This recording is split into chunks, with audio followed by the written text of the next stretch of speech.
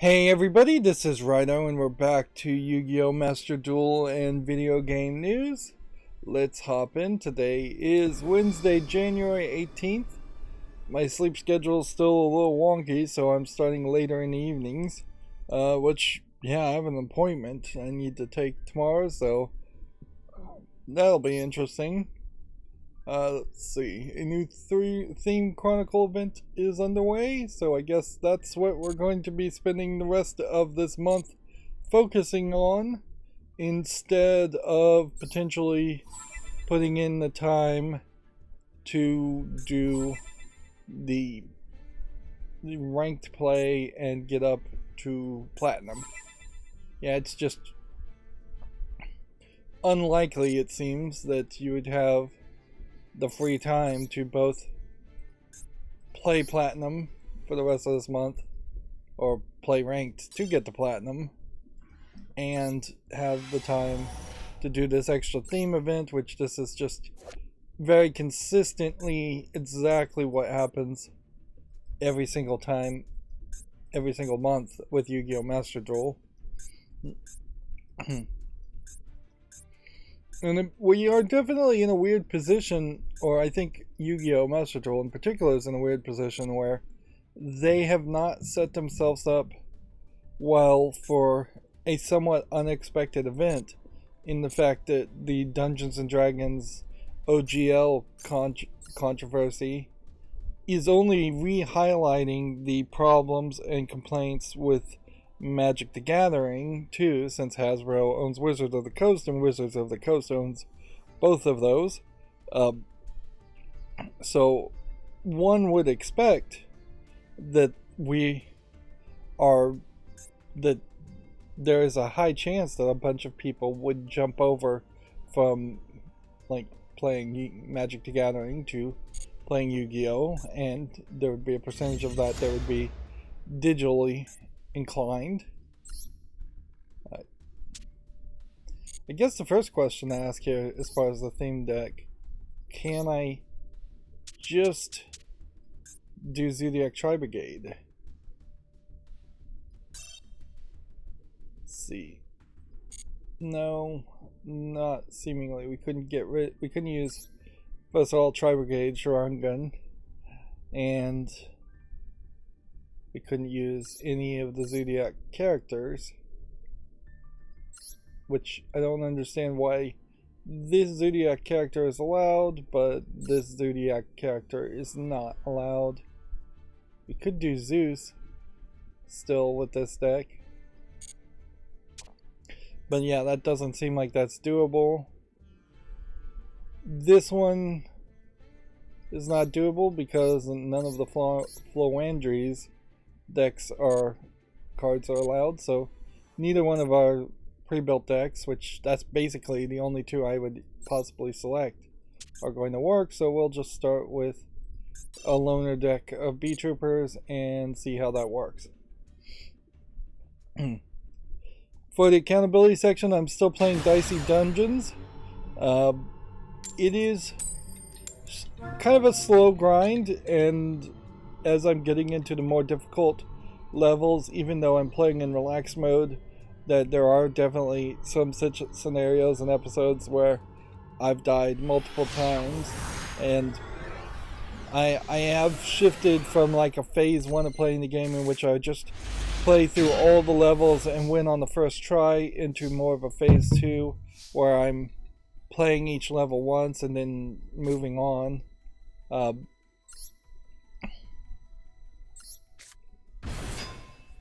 Okay. Increase the levels of all insects monsters you currently control by 1. Okay. Right now I could special summon a 1,000, 1,000, 1,000. If I bring up the levels by 1, then I can special summon 1,000, 1,000.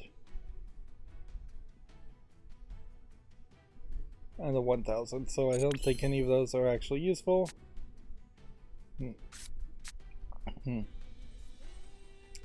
So, yep, end the turn there and just move on. You have to learn this whole new deck every time there's a new event. Or learn 3 new decks, really. Which I suppose that is the point. So yeah, I'm putting time into Dicey Dungeons, and I'm just trying to manage my time and see as much content as possible before I eventually just throw my hands up in the air and say, alright, well, there's a certain number of levels that are just impossible, which maybe there's not that many levels that are impossible, but that if I'm missing like 2, I could certainly get a shot of energy and try really hard to get those last 2 episodes done just for completionist sake. But if I'm missing, say, 6 out of 36 levels, then that's way too many. There's also separate levels like DLC that could potentially add another 36 levels twice over, so there might be 72 DLC extra levels in the game. And Dicey Dungeon is in a solely unique situation. I have never seen a game do this before, where you can straight up just edit the progress to some level. I didn't actually go far enough into it to see what you could edit, but unlocking the ability to play certain levels would be the minimum that I would assume it would do. Perhaps saying that you've won certain episodes when you haven't would be the extreme part of that. Or giving yourself straight up the achievements would be really extreme. But if I'm not going to play the game anymore anyways, just ruining the game and getting rid of all the stakes by cheating would be on the table for me.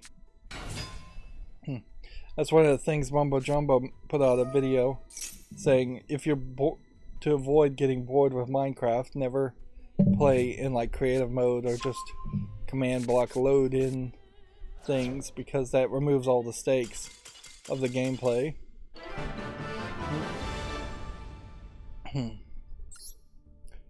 See, as far as I've been a pretty good boy, I suppose, as far as just playing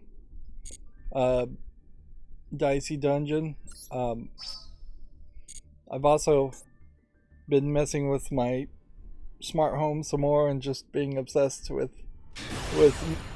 smartifying my house even more. So I figured out on Tuya Smart Life Wi-Fi bulbs, they obviously when you flip a light switch, just a regular old-fashioned light switch, you're cutting power to them, and then when you flip the switch back on, you're turning them on. They have a memory that can be programmed as to what they do at that point when they're turned on, and by default it's just turn it on to a bright white, the brightest whitest light that they can have, even though all these bulbs are color changing. Well, through the Smart Home Tuya app, you can trigger a scene from activating to activate when the device turns on, and in particular when the device turns on and it is at 100% brightness. So in one case I had bulbs that are scheduled to come on at like 1% brightness in the middle of the night as a night light. So the only time they'd be at 100% brightness is when you flip the switch.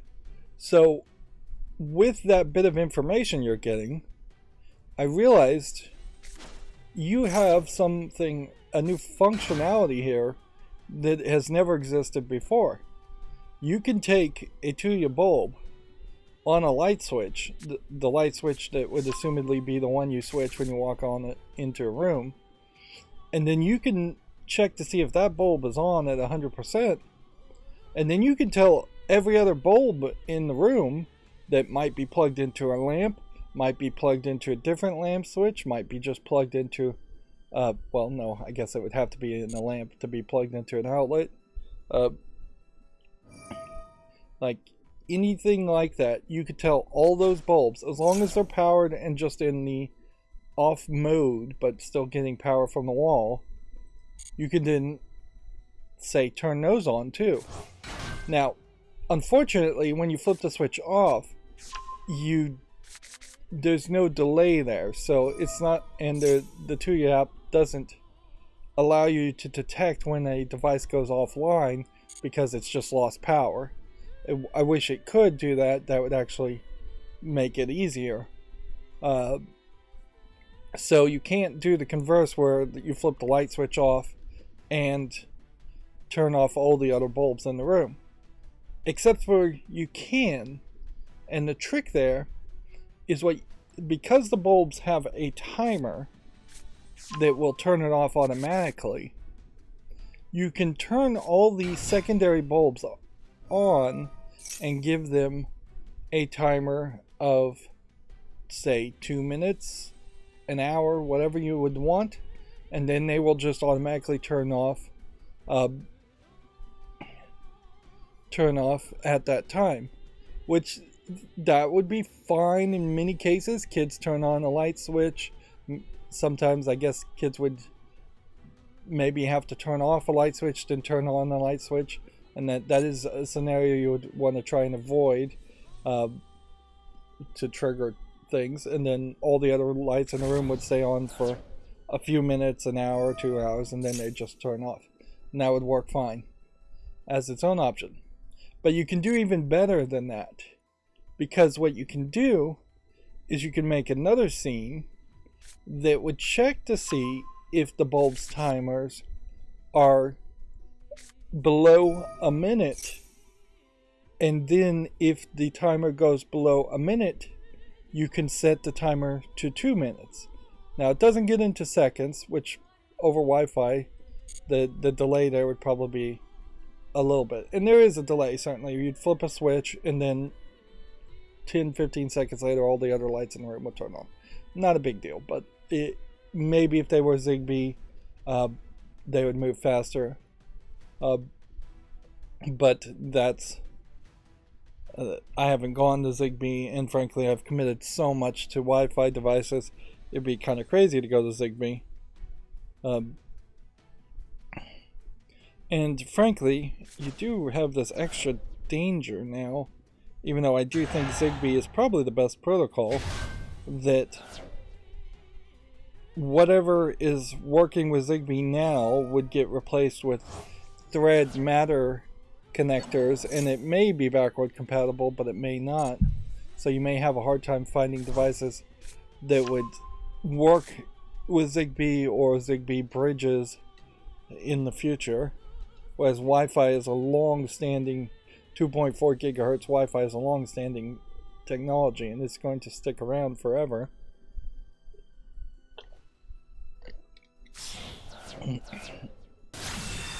So yes, the full programming of it would be you flip on a light switch, it turns on one light that is actually directly hardwired to that light bulb. You check that one light bulb to see if it's on. Then you turn all the other lights in the room on with a timer of 2 minutes. Then you make a second second scene to check to see if the timer is below a minute, and if it is below a minute and the first light bulb is still on and at 100%, so you check for both things, then you reset the timer to 2 minutes. That's going to cause that scene to activate every single minute, just giving it another minute and another minute. As soon as the light switch is flipped, then the bulb won't be on at 100% brightness, and the condition won't be met to reset the timer. the timer will run out, all the other light bulbs in the room go off after a minute or so there. Less than a minute, really. On top of that, the number of bulbs is actually quite a lot here, because more than likely you're going to flip a light switch that is a central lighting in the middle of your room, which usually has at least 2 bulbs in it, if not 4 bulbs in it. You only have to check to see if one of those bulbs is on. You don't need to check to see if all of them are. And then for all the other bulbs in the room, which could be 1, 2, well, I would say you probably would hit a maximum of 255, but before then you would run out of power in a room anyways. It would, but a more reasonable amount would be like 20-30 bulbs otherwise in the room at the most. But let's say you had 20 bulbs in the room. You don't have to check to see if all 20 of those bulbs timers are below 1. You only have to check with one of them on.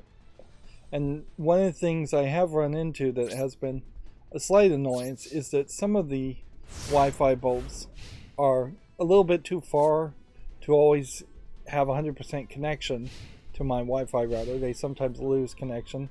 One bulb particularly that is far off in a corner seems to lose connection quite often. So yeah, you could check the one that is like the closest to the Wi-Fi router, the one that is the most consistent with this connection as far as its timer, and reset the timer for all the devices based on the timer of just one, which that speeds things up fairly nicely. I've gotten a new collection of bulbs that are lower wattage, and I'm going to try and compare them to... I had like 100 watt equivalent bulbs at the moment, and a couple of them have had some problems maintaining connection, and the brand that I got is just not available on Amazon anymore. It's probably all from the exact same factory in China, just being relabeled. But these bulbs claim to be 60 watt equivalents, so I wonder if that's going to be much of a difference, really.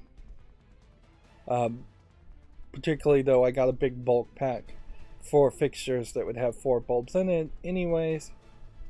But I definitely have been known to put 100 watt bulbs in sockets that really should only have had 16 watt bulbs in them, and very possibly I've broken some sockets in fixtures by doing that, pulling too much current. There's at least 3, like 2 bathroom vanities that have a socket that's broken, and a ceiling fan that has a socket that's broken, and that could all be because I put too bright of bulbs in it. But everybody likes bright light, and LEDs really shouldn't be pulling that much current, although surprisingly they will. The other thing is, because I got a big 12 pack of bulbs, is I'm going to experiment with the similar system to what I just tried to explain. I hope I explained it well enough. And this has nothing to do with video games, in case you're wondering. But I have some motion sensors outside my house, and they are for like security lights. And then I have some lights that are not motion censored outside. It would make a lot of sense potentially to synchronize all of them, so when one bulb comes on because of a motion sensor, it would turn on the other bulbs because of a motion sensor. And I will have to think that one through a little bit, because obviously if you have 2 bulbs on motion sensor then both those bulbs will be off when they don't see motion. And so you would have to determine which one you would want to put into an on always mode. The smarter move is there are some Tuya LED based floodlight motion sensor devices out there that are wired differently, and that's what you would really just replace them with. But I do think I might be able to at least make some level of adjustment there and get more use out of the bulbs. And that's what this really is just boiling down to, is what's the thing I can do to get more use out of light bulbs, because these smart light bulbs literally are adding a level of smartness to a technology that's only become like maybe a little bit more efficient and probably a lot more expensive when they went to like CFL bulbs and LED bulbs. Having the ability to turn on colored LEDs, having the ability to have like it respond to music on your phone, or having the ability to do patterns, all of that is just something that people really wouldn't have ever even dreamed of in the past. We see, oh, I can't even try to pronounce what looks like maybe a Taiwanese name, Korean name. He says, "Hi man, how you doing?" Oh, hello, I'm doing all right.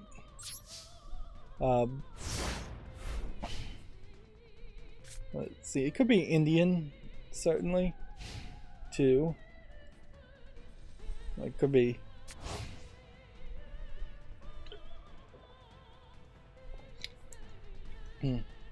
I would definitely guess something West Asian.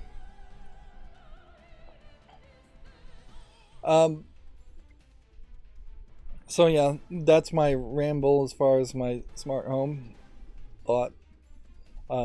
Definitely in my Lego display room, I have a terrible situation in that room where there's literally one light switch to turn on a ceiling fan, and then floor lamps and other lamps are the only lighting in there. It's an incredibly dark room, so getting everything to turn on based on flipping that one bulb on will be very useful. I'm also thinking of perhaps putting some of even the bulbs in replacement bathroom vanity lights. Now ideally you would just have one device that was a bathroom vanity instead of putting in a standard light bulb socket vanity and then putting bulbs that are smart bulbs in it. But the only one I've seen of that's a smart, like, Wi-Fi controllable bathroom vanity is only like 24 inches long, which is a little too small for the uses I think I would use it for. There's not a lot of competition in that either. So yeah, if the one device didn't work, I wouldn't really have a replacement for it. And that is one problem with these Chinese Tuya smart devices, is that they are built relatively cheaply. So there is a level there of danger that you need to potentially replace one device with another device that's just programmed a little bit better or built a little bit better.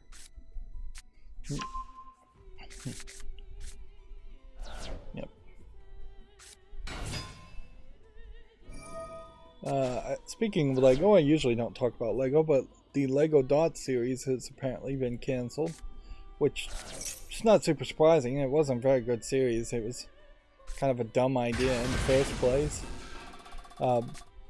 Making entire sets that center around 1x1 studs, the thing that most people hate, or 1x1 studs, 1x1 squares, and 1x1 caps, and that's all Lego Dots were. it's no surprise people, and particularly kids, wouldn't be able to be that imaginative of it. It also brings you down from being able to make a 3D building block item down to building a 2D flat image, and that unlike the Lego Art series, which was way overpriced, at least the Lego Art series came with instructions to have a final product, where the Lego Dots were really just use your own imagination. And if anything, it's mean to say it, but Lego kids aren't the most creative kids in the world. Lego doesn't inherently encourage creativity so much in most kids. They just follow the instructions backwards and forwards, or they follow instructions to the letter and build this exact set that they're supposed to build, and then that set gets played with or gets put away. And that's exactly how I do almost all my Lego, is that I build the set and then I put it on display. Which kids have been doing similar things with model kits, all for many years. So it's not I'm not meaning to demean the kids by saying that. It's just, yeah, it's hardly as creative as giving a kid a pencil and paper and telling them to make something new. Now, them getting rid of the Lego Dot series comes out as kind of lucky for me, because I had made a couple of QR codes using the Lego Dot series and got those sets cheap 4 or 5 months ago. Whereas now, if I wanted to do the same gimmick, I would be very it'd be very difficult, if not impossible, to do that.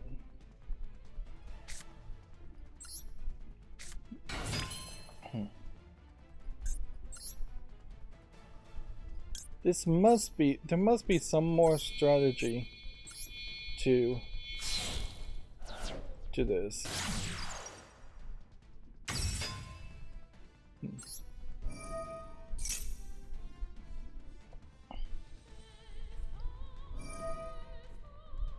Yeah, I'm not really learning the strategy of these bee troopers. I've just gotten lucky and won a couple times.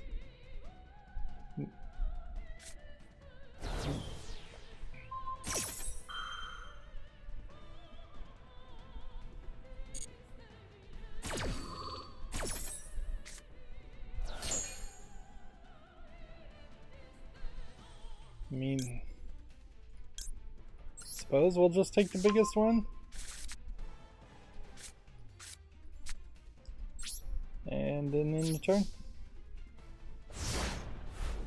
Now, I will say that I have to think that maybe Twitter is starting to have some weirdness to it, because it felt like Twitter was telling me that I really had only gotten 17 new tweets in the past couple of days to look at.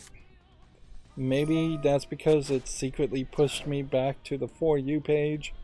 Maybe because it's secretly updated a bunch of the Twitter feed. But yeah, definitely doesn't feel like there's a lot of tweets in the past couple days. And then we have YouTube Gaming here, still being, in my opinion, incredibly inept here. Like, they just don't know what to do as far as YouTube Gaming, as to what they should be talking about, what they should be promoting, what is important, who would be following YouTube Gaming. YouTube Gaming, in a lot of ways, in their Twitter feed, I don't think they really even have much of a presence on YouTube themselves. I don't think they put out videos where that would potentially make sense, as if they had kind of a highlight page and they were talking about certain big people. I mean, obviously, if they were just saying, hey, this week Captain Sparkles was doing this, or this week PewDiePie was doing this, even if it was just their in selection of people and creators on the rise for gamers in particular, big being highlighted. That would make a lot more sense. But instead you have YouTube Gaming here talking about which one do you miss the most. So you can't play any of these games to start with. Personally, I don't recognize any of these games. I recognize that these seem to all be Nickelodeon branded licensed games, but licensed games tend to be awful. So why in the world are you talking about this other than perhaps Nickelodeon paid YouTube Gaming to talk about this? But then even at that, I don't know why. Because I think for the most part, Nickelodeon doesn't want people to remember Teen Titans Go because they have more recent Teen Titans shows that they're trying to show. Home for Imaginary Friends is canceled. What was this one called? Operation something. And this Lunchroom Rumble, I don't even know what that is, but it looks probably like it might be a Ren and Stimpy type thing, or maybe a cat dog type thing. But I don't think any of these shows are in any way being rerun or being shown or being promoted. Wow. And then apparently something new happened 27 minutes ago. And then yeah, you scroll down more of their YouTube Gaming tweets and it's not much better. Here is a little bit better to highlight people. That's really probably what they should do 100%. But they're constantly trying to get engagement and constantly coming off as incredibly pathetic because of it. Although on a certain level, I also just don't think I would want people at YouTube to try to be celebrities themselves and try to have successful channels. It might be better if they did try that and then failed miserably and then realized that they've created a system where the vast majority of people do fail and are treated poorly and try to fix that, although they wouldn't do that, would they? Anybody with an inside track would cheat and give themselves special privileges and special views. In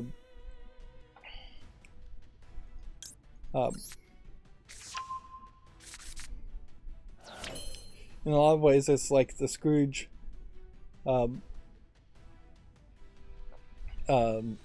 Scrooge story, Christmas Carol story, where you could just hope that the YouTube Gaming or people working at YouTube would be visited by three ghosts and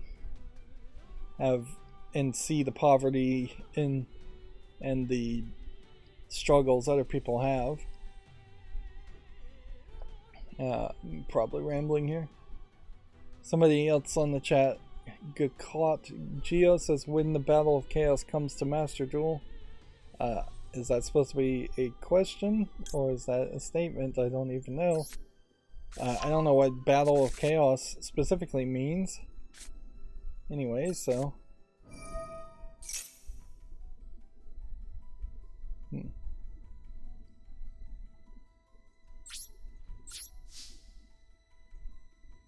I feel like there's something here between these two that's going to cause something to happen.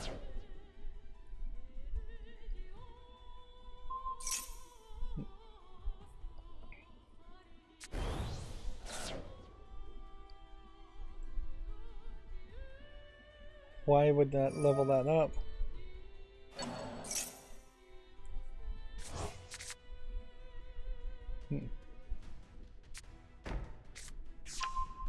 Just a ton of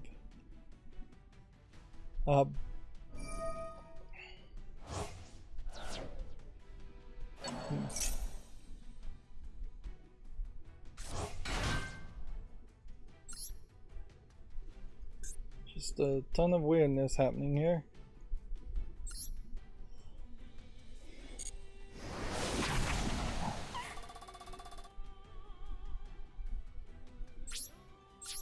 Okay, well that did damage, and I guess that's the best I can hope for. I had talked about how Censored Gamer Gaming had not put up a video on his YouTube channel in a long time. He, I suppose, had been retweeting somewhat. But let's see if he posts his actual thing. I kind of speculated that maybe he had lost his Play Asia and advertisement, or sponsorships. If anything,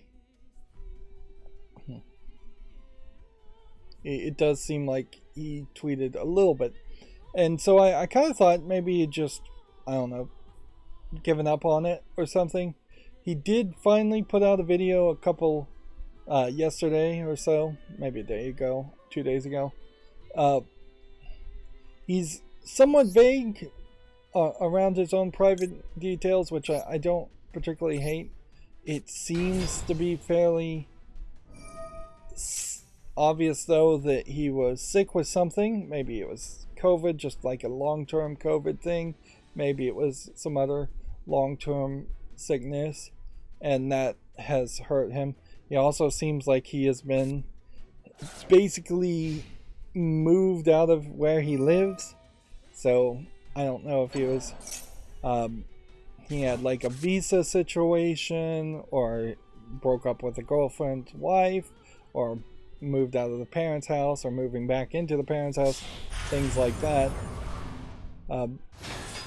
So yeah, he's admitted in his statement here, which he has attached a transcript here of his video, which I wish kind of you could do that for all videos, that he's going to try for more transparency and have a personal Twitter. He's trying to get people to support him on Patreon. I don't think I would attribute anything shady going on here. I do think he probably is just really struggling, and certainly it's up to each individual person whether you want to support through a Patreon or something like that a content creator who hasn't made a video in many months, who is now coming out of the blue asking for support.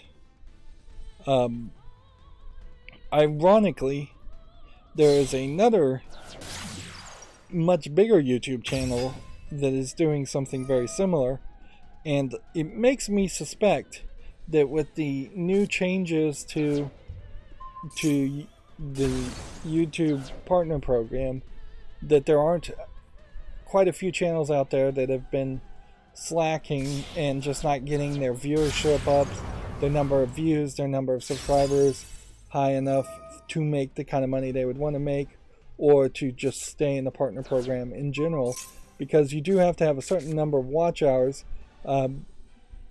in a certain amount of time. I think it is over a rolling 365 days. And the channel that I'm going to call out directly here is Pure Life for Living, which some people, and I'll try to be as neutral on this, suspected that channel, back when it was doing what it was originally popular for, was really doing more of a scam or a bait and switch, at least as a YouTube channel, because they went from building their own homestead and building their own house without really knowing what to do, and learning as they go, to a channel that started to talk more and more about growing vegetables and having a home garden and canning and getting a pilot's license and flying a plane. And they really stopped doing any progress on the actual house. And that was certainly at least the first thing that I think irritated a lot of people. Although there was a lot of people even before that point that were irritated in the way that they were building the house and seemingly not listening to any advice as far as the right way to build a homestead. But I think also some of that could be excused by the fact that the videos, once they were put out, were probably actions that were done months, if not years earlier. There definitely seemed like there was a level of delay on it. Well, Pure Life for Living as a YouTube channel has been completely dead for at least a year, if not 2-3 years. Just nothing really new posted there. Actually, I think pretty much no new videos at all posted at all. And with the increased silence, there was a increased disappointment, if not just straight hate, around Pure Life for Living, because they didn't really finish the house or finish the project, compared to, say, the abandoned mansion project by another YouTuber who bought an abandoned mansion and fully rebuilt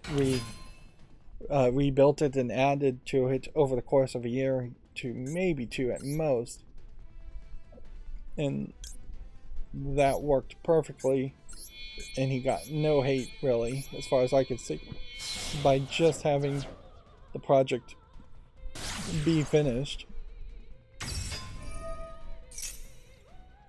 Let's see. Well, Pure Life for Living, having not put out any new videos, I have to assume was either in danger of losing ad revenue or monetization there, or had lost it and wanted to get it back. So now they've come back and started posting, but what they're posting has basically nothing to do with the idea of building the house or finishing the house or anything like that. The first couple of videos, again, were talking about home gardening, and there was 2 videos on that, and then they come back and now they've heavily started posting videos and just community forum posts around saying that they were bullied and stalked off of YouTube, and so all of a sudden Pure Life for Living is no longer about anything it has been before. The channel has changed its logo, and now it's just straight up, this is a channel about how we got bullied and how we're promoting anti-bullying, anti-cyberstalking campaigns, playing the victim, certainly. And yes, of course, that there is some of that for a lot of celebrities, and it's crazy to call them celebrities, but that's the closest equivalent of what you could describe them as. But it certainly isn't going to appeal to the people who originally just wanted to see him build a house. As someone who just wanted to see what he was doing and what he was learning from building a homestead, building a house that didn't really require any permits or anything like that, off the grid somewhat, that was my interest of Pure Life for Living. I have very little interest in this incredibly cryptic stay tuned. It's basically like Corey Feldman saying he was going to name all the Hollywood pedophiles for years and years and years, and yet he never really did it. And he named one name of somebody who was old and who had already died, and people already knew was a pedophile. He's not Corey Feldman always perhaps implying that he was going to name bigger names. So it's a very weird situation, certainly, and I can't help but to feel like it's a scam. That it's a scam designed to appeal to people like Susan Wojcicki, who would love to retweet an anti-bullying, anti-cyberstalking message, and white knight that message regardless of how accurate or true it is. But I think it mostly is just trying to get people to watch their channel without them actually having to make any new content. And I can't blame them for stopping to make content. I can definitely blame them for coming back and trying to do something different.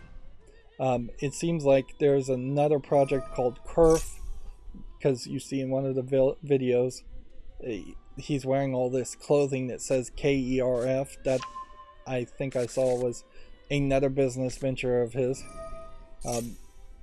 One of the accusations certainly around the Pure Life for Living is that they were actually fairly rich and they were doing it more for YouTube videos, and it did kind of come off like that instead of being the down-to-earth things. Like, you're not going to be able to own a plane usually if you don't have a certain level of richness on top of building a house.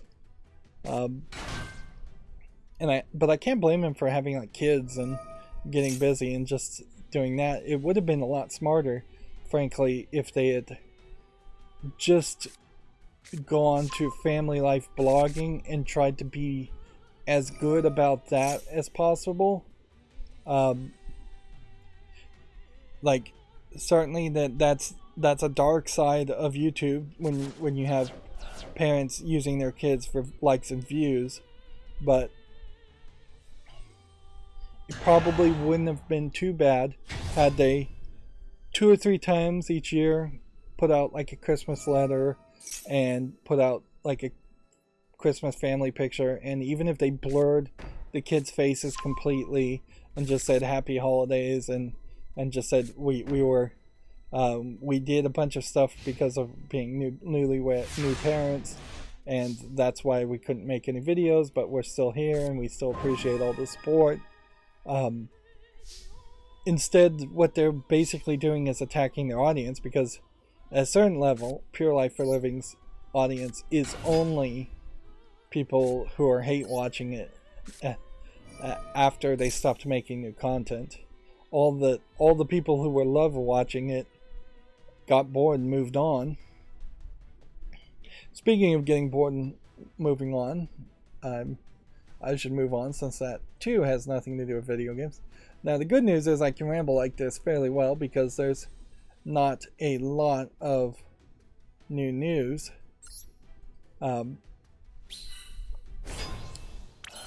But yeah, I do need to move forward. I probably need to try a different deck also.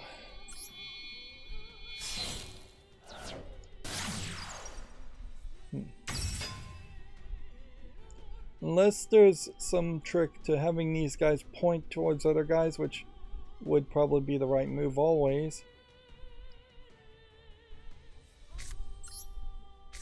Let's see. There's just so much learning you would have to do around this deck as far as figuring out which cards you should send to the graveyard and for what reason.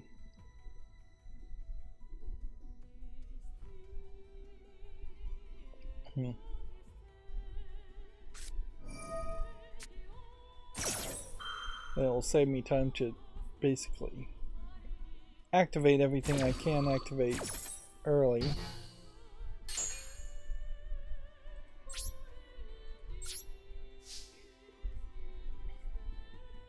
Alright, well, let's start going through the Video Games Chronicle article.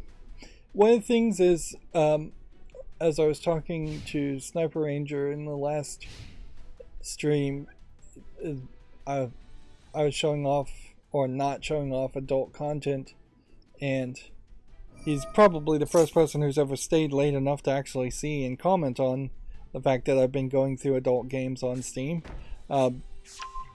He's the first one to comment. One of the things, though, is when I have the web peak, which is what I call this, and I have to turn that off, and I'm talking about games that came out on Steam, I am just coming back to Yu-Gi-Oh! And more, as I'm trying to get a better handle of this, I'm mostly just rambling and playing Yu-Gi-Oh! And not talking about video game news until about an hour into the stream. And then what's happening is I'm just giving up on Yu-Gi-Oh! After about an hour and not returning to it. So there is a procedure here where I could set it up where this would be more of a blurred version of this. instead of showing Yu-Gi-Oh! Even though I still would want Yu-Gi-Oh! For the background music, otherwise it's just going to be annoying to hear me talk with no subtle background music going on. At least I think that's the case. I'd be surprised if I got feedback that people said actually being in total silence makes more sense. At a certain level, every podcast does do that, though. But most podcasts have at least 2, if not 3 or 4 people talking on the microphone to cover the dead air. If I didn't have background music, as a single person who sometimes goes silent for a few seconds or a minute or two, I could definitely see it becoming annoying to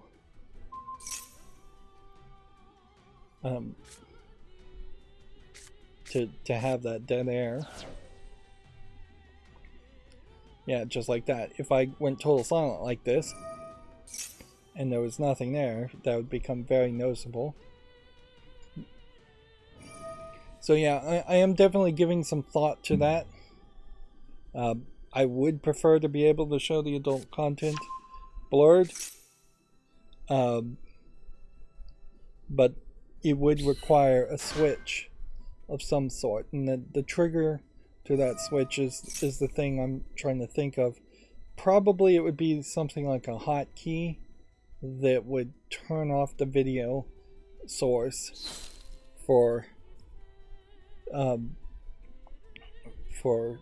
Magic the Gathering, and then I'd have to press a key on my keyboard to switch what's happening and what isn't happening.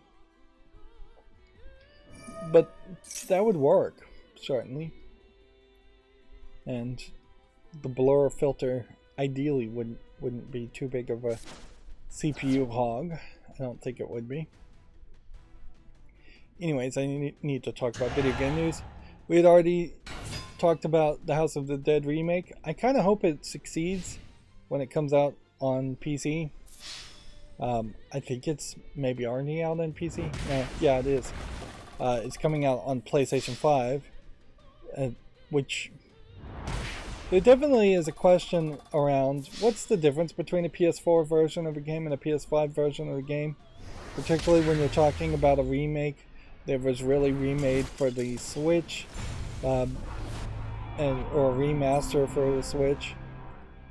It's just, I'm not sure if there is that much of a difference.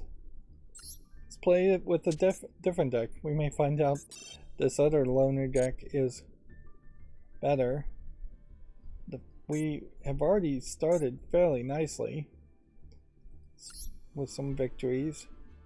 Let's just hope those victories last all the way to at least 1100, although 1600 is more ideal.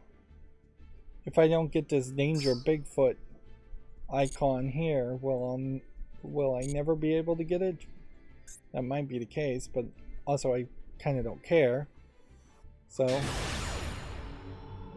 I think we'd also talked about PlayStation showing off its most exciting games in a new trailer. The new Last of Us HBO trailer teases what's to come in future episodes. I feel like all of these articles may be a little old.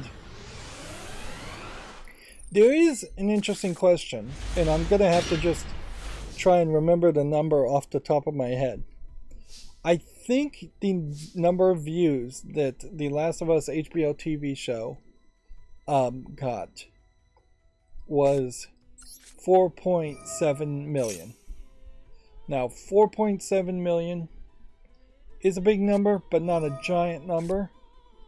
If it is even a tenfold error and it actually was 47 million, that's a big number. But I don't know if that's really... Well, I mean, that would probably... 47 million people watching HBO, that would be kind of a huge number. But yeah, I think it was 4.7 million. That being said, Monster Hunter Sunrise which is a spin-off of a popular series, but not particularly popular in the West, has sold 8 million games, 8 million copies. I'm fairly certain we get quite a few games that have sold more than 4.7 million copies. So you definitely are comparing apples to oranges in a lot of different ways. But it does, I think, highlight the differences in how you would count and what would be important and what wouldn't be important in TV and video games.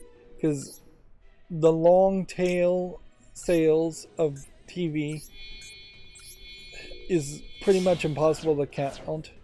Like, if another 10-20 million people watched The Last of Us 6 months from now, that wouldn't be counted. If The Last of Us gets DVD sales, that wouldn't be counted. So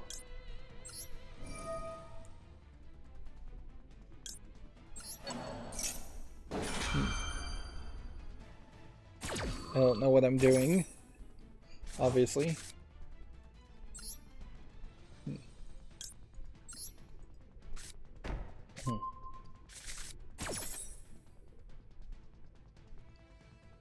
But yeah, there's just no way to really combine the 4.7 million thought. Let's activate this first and compare that to the sales you would get for a video game for The Last of Us.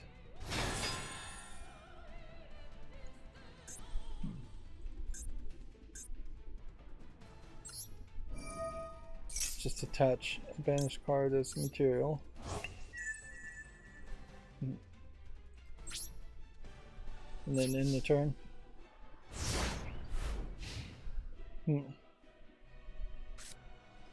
I guess what I should do here is run the numbers and just Google it myself. So I'm going to go Last of Us sales numbers and Google it.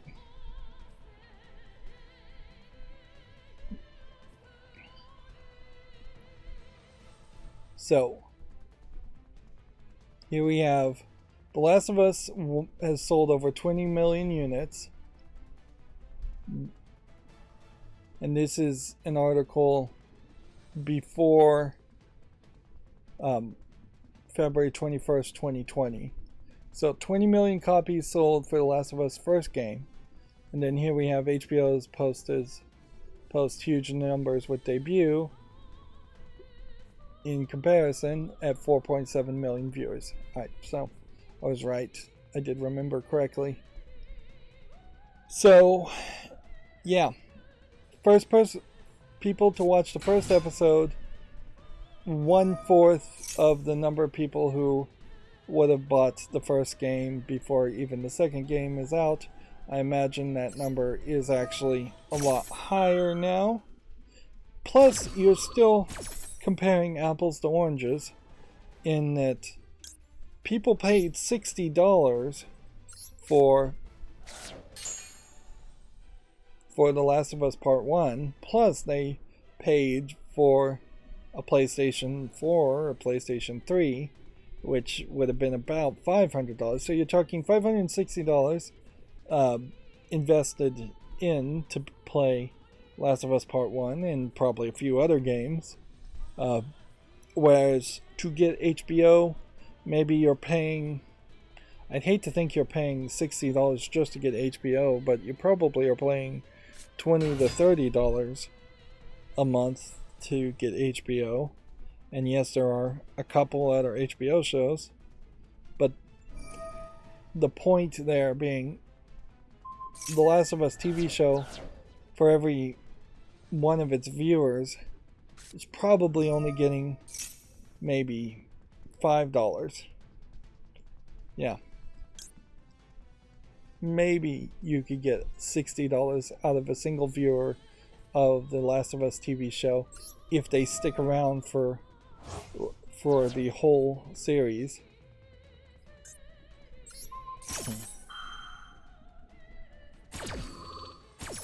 Well, that played poorly.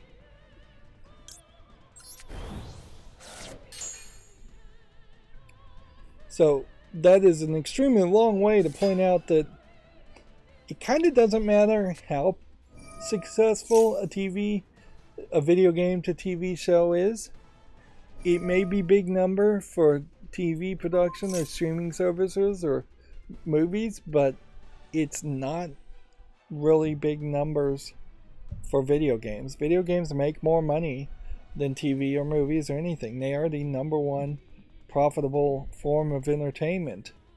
And only through a lot of Hollywood accounting and a lot of audience retention desire does it make any sense at all to have a TV show exist, whereas video games can just get you to pay $60 up front and then they don't have to do anything else.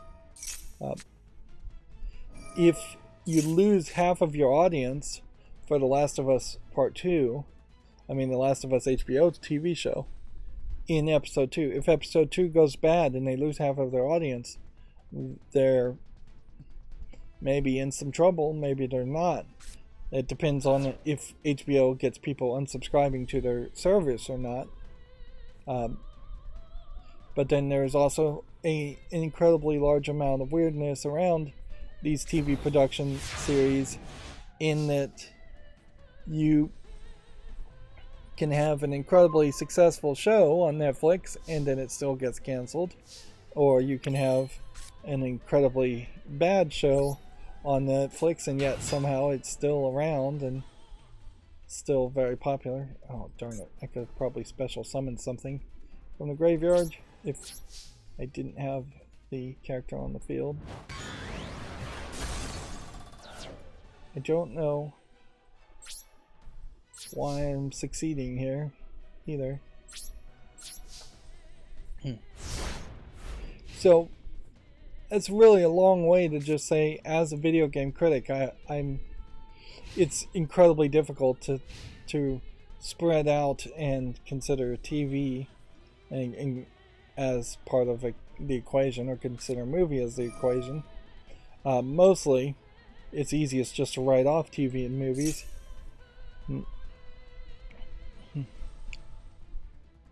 Moving on with news, and this will probably be the last game we play. Splatoon 3 is going to get a large update today with a focus on battle adjustments. Splatoon 3 is still a thing. It doesn't feel like people are as big of fans of Splatoon 3. Arguably, maybe they should have waited a few more months before putting out a Pokemon game to give Splatoon 3 more of a chance.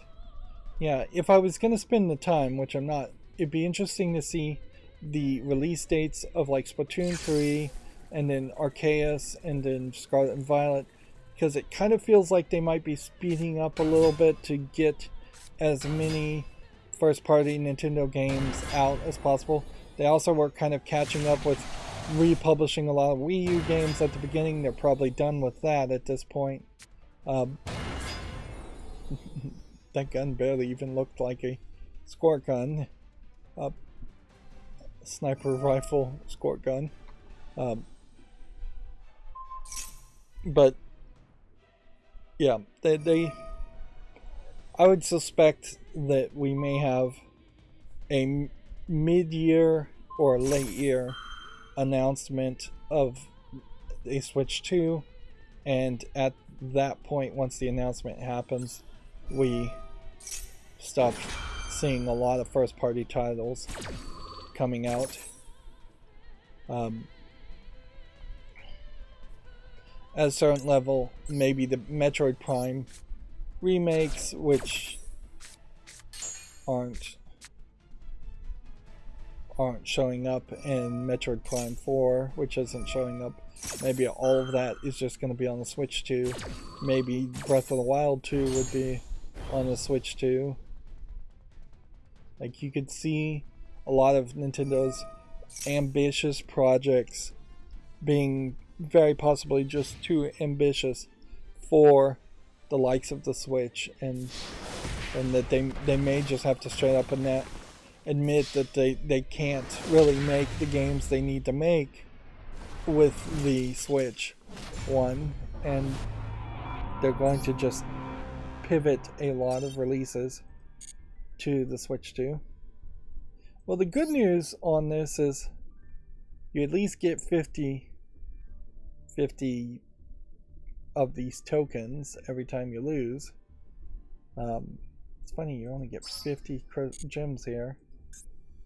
Yeah, you're getting significantly reduced amounts of gems.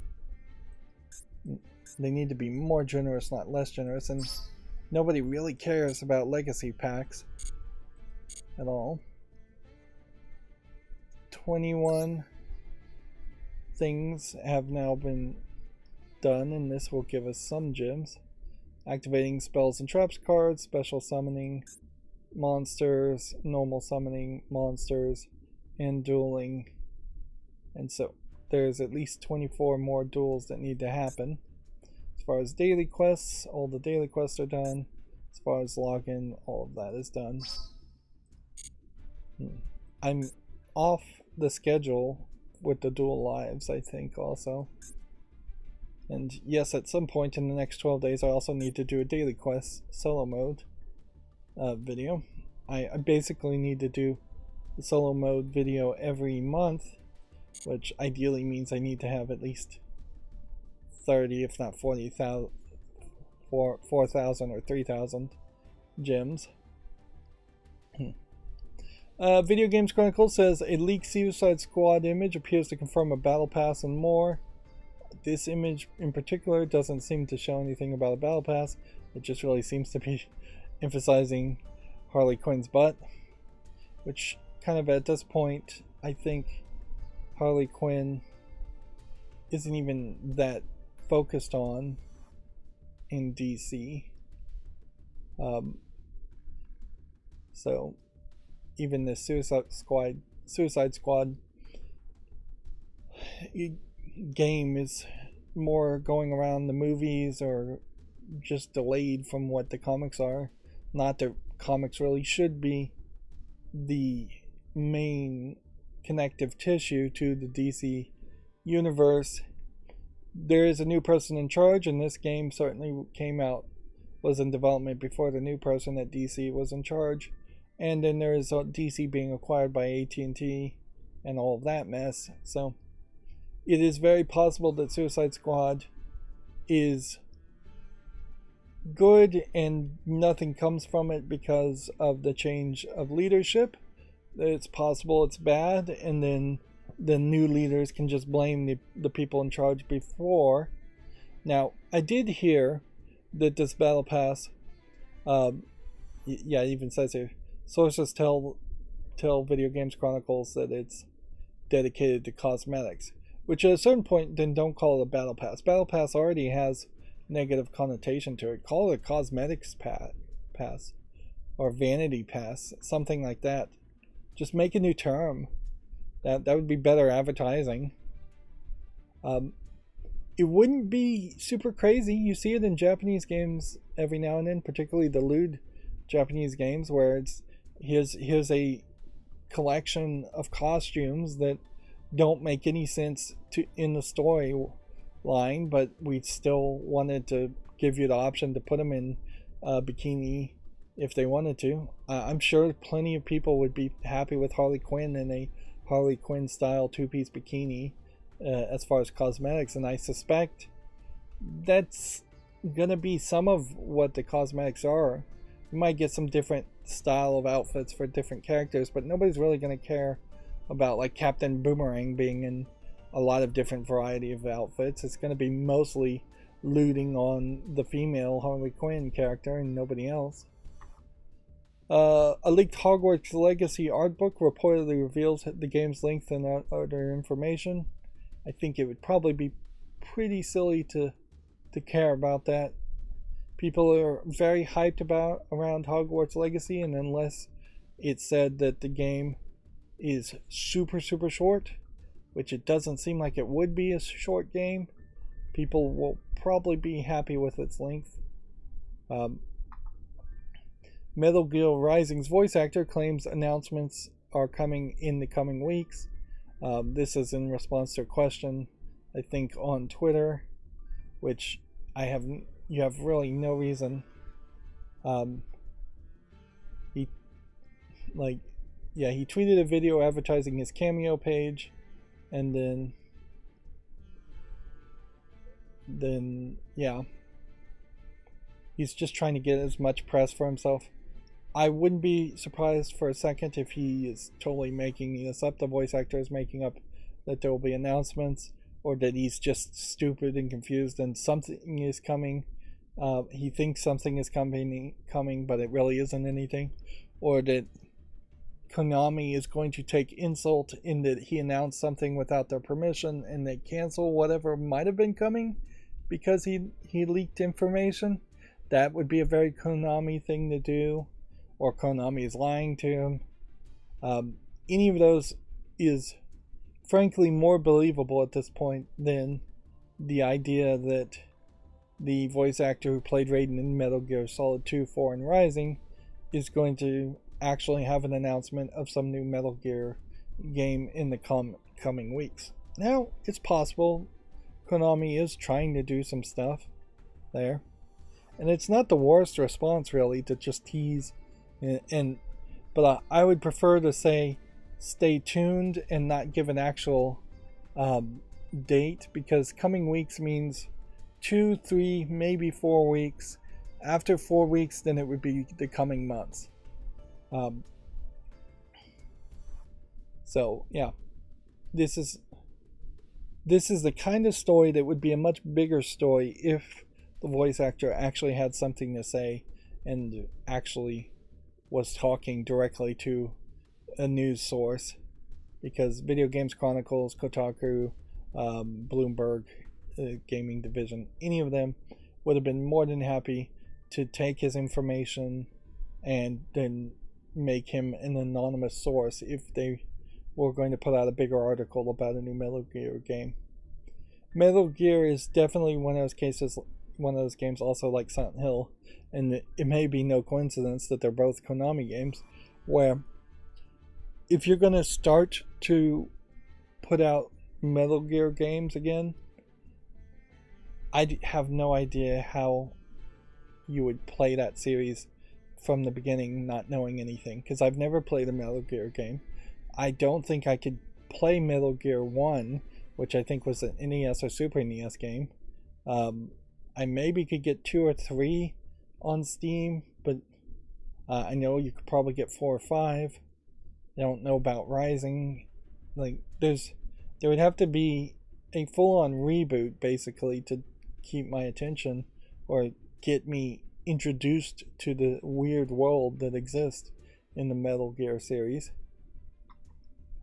That's why trilogies are frankly the best way to do things. Is 3 games is not too much of a commitment, but once you start to get to 4, 5, 6 games with spin-offs, it is way too much of a commitment for new players. A new Wulong Fallen Destiny trailer focuses on the game's story. I think we had already seen this trailer or heard about this trailer, but check it out on Video Games Chronicles if you're interested. The Switch topped the US console unit sales in 2020 as wider industry sales declined 5%. So does that mean that the Switch declined 5% also? Or did they all decline on average 5%? So yeah, the Switch is still selling great. So it would, if you were to just look at those numbers, it would be kind of silly for them to announce the Switch 2.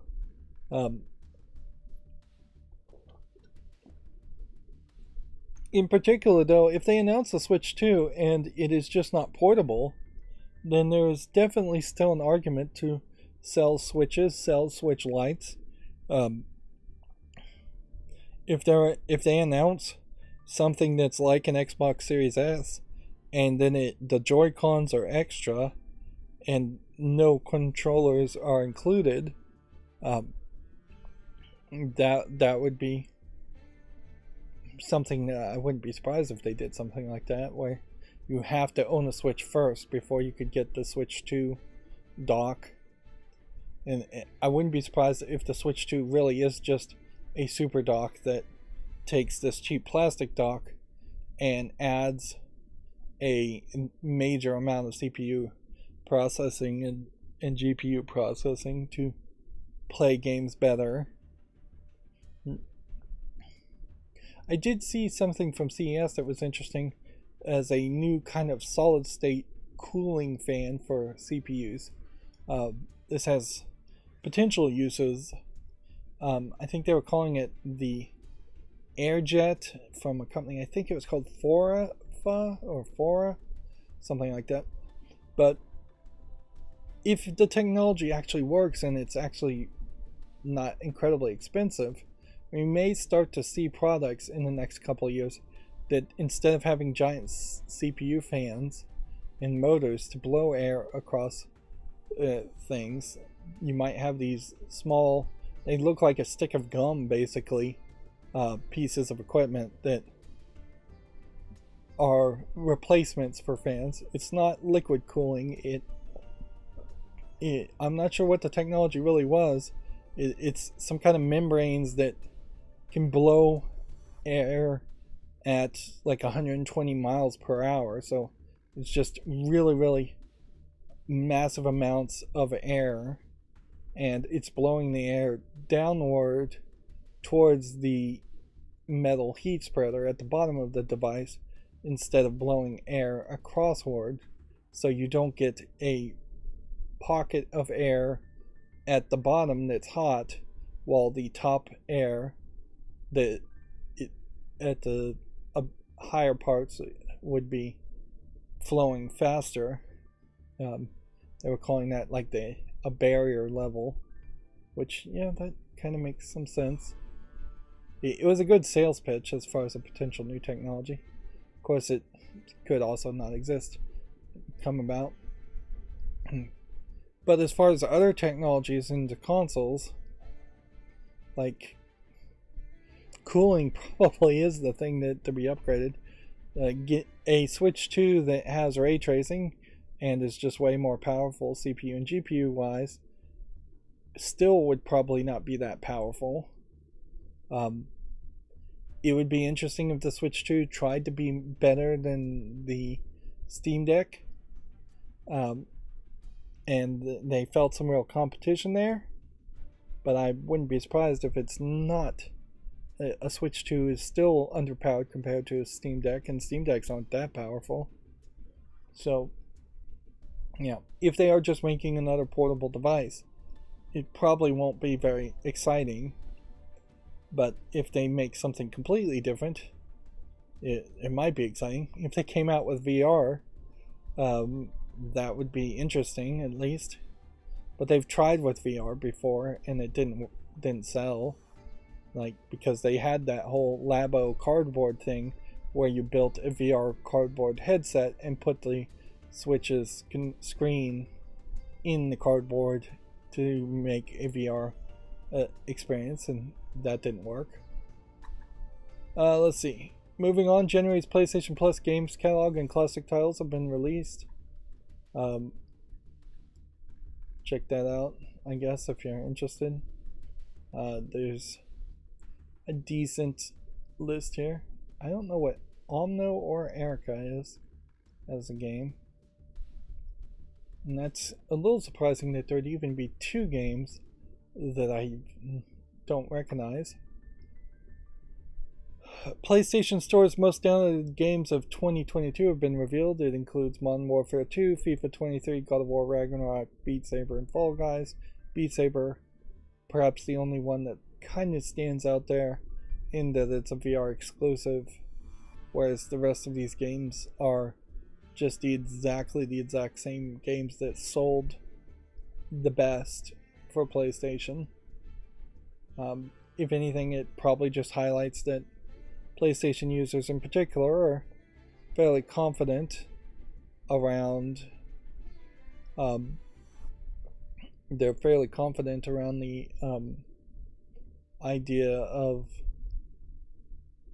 downloading instead of trying to trade games and keep physical discs.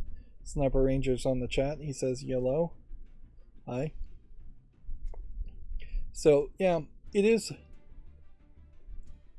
weird that the PlayStation 4 and the PlayStation 5 got a big boost around saying you could trade games when Xbox Series 1 and Microsoft in general was trying to get it to the point where you couldn't trade used games. And yet it seems like while people want that as a feature, people don't actually think of that as a feature on the PlayStation as much these days. It is just so convenient to download something, and most people aren't trading in games. Particularly if you have a PlayStation 5, you're rich at that point, so why would you waste your time trading in a game or trading in with friends? I did see something on Reddit, and this doesn't inherently have anything to do with video games, but there is also just a lack of hanging out that is increasing amongst people. Like, people are not going out to bars and hanging out. They're not going to games. They're working from home, so they're not hanging out with coworkers that much. So it's getting more and more difficult for people to form friendships or maintain friendships. So obviously, if you're in general losing those in-person relationships and interactions, that would reduce the number of times that people would come over to your house and you might lend them a PlayStation game or trade with them that way, which that is the best way to trade games, is amongst friends, because at least there you're not getting screwed over by somebody like GameStop that's going to give you store credit or a pathetic amount of cash. Moving on, a union calls on Ubisoft Paris workers to strike after worrying CEO comments. Yves Guillemot has been accused of shifting the blame for his company's troubles onto employees. This definitely sounded like what he was saying. I can't really white knight or support him on that case. Although what he really said is not really out of line from what many CEOs and people in charge say in annual meetings, is that, and if anything, it felt like he was not talking to employees at an associate level as much as he was talking to managers. So the way I took it when he said everybody needs to tighten their belts, and I'm paraphrasing here, and be careful about their budgets and work hard to keep everything on budgets. I took that as he was talking to middle management to do that, because associate level people don't have any control over the budget anyways.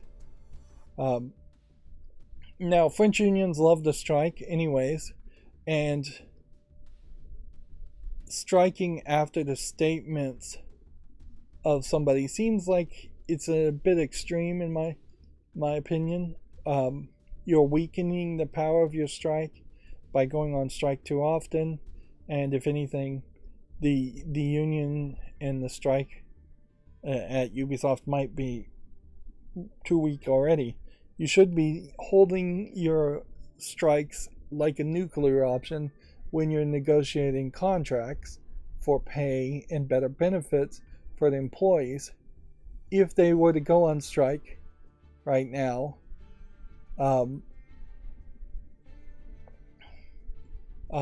if they were really to go on strike now, what is the thing you're trying to get to happen here. Basically, it's just to force Guillemot to lie to you and make a half-hearted apology, and they're calling for a half-day strike, which on Friday. So basically, they're saying take your Friday off early. Yeah, that's a little too emotional, frankly, for my liking for a union. Like, yes, it would be fine if the union was just going to put out a strongly worded letter or a statement, but to call for a half-day strike just because somebody said the CEO said something nasty is a little ridiculous. The French are a passionate people, a hot-blooded people, to say the least. So, yeah, that you can see why they might do that, but it's not a smart move. Not a smart move at all. It's going to cause more fighting and more problems. Although at a certain point, I'm not sure if the union cares, because they're already, I think, really, really mad at Ubisoft and just trying to burn it to the ground anyways. But yeah.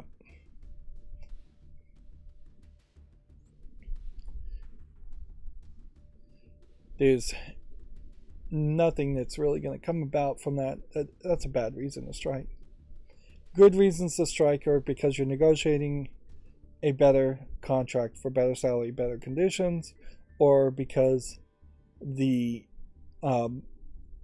management fired or is trying to fire somebody or do some kind of union busting or implement some kind of incredibly restrictive, unfair rules. Something like that. Something that actually would directly affect the associates more than just hurting their feelings. Inherently, if you're in a job that needs a union, the management are jerks. That is basically the foundation of a union existing. Unions pretty much never exist if you have this imaginary saint boss character that treats everybody nice and says nice things all the time. Like, a union would never form under that way. Now, there are some fake news stories out there where management and bosses try to play it off like that is the case, where the boss is so generous and so nice that he helps them form a union and then the whole business falls apart. Those are not true stories. It never happened. Stuff like that, but yeah. But yeah, you if you get into a job, and I always give this as a suggestion, particularly in the United States, if you get into a job and there's a union, there's a decent argument to turn around and quit at that point, because the existence of a union tells you that this is going to be a rough fight. You're going to have to fight for your rights every turn. There are going to be very mean managers who are going to try to do everything they can to document bad things you did wrong that aren't real, and just stitch you up and write you up all over the place, so that they always have this justification to fire you. And it's just going to be a much more hostile work environment than what other jobs without unions are. Now, unfortunately, a lot of jobs don't have unions, and it's still incredibly hostile work environments, but it's pretty much a guarantee in a union job. On the other hand, if you're willing to tough it out, if you're young and dumb, a union job can keep you employed for a long time and get you a lot better pay and a lot better benefits. So you have to really think about it.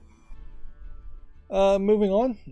Forspoken's PlayStation 5 demo has been updated. PC features and requirements detailed. I assume this game is not going to ask for 84 gigabytes of hard drive space. Noticeably here, the article isn't bothering to go into any details. Unless there's something wrong with this page and it didn't load all the way through.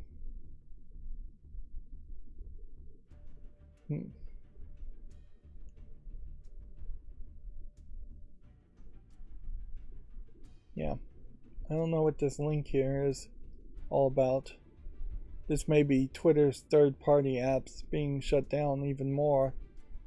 I would think that may very well be what's going on here, is that Video Games Chronicles was linking to Twitter articles.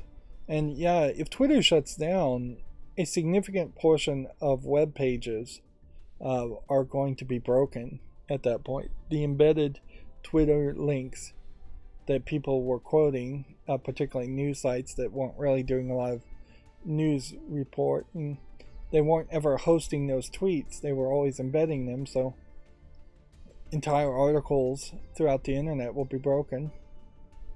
Yeah. Now, that would be interesting. It would be a way of marking a lot of pages as old and less relevant, too.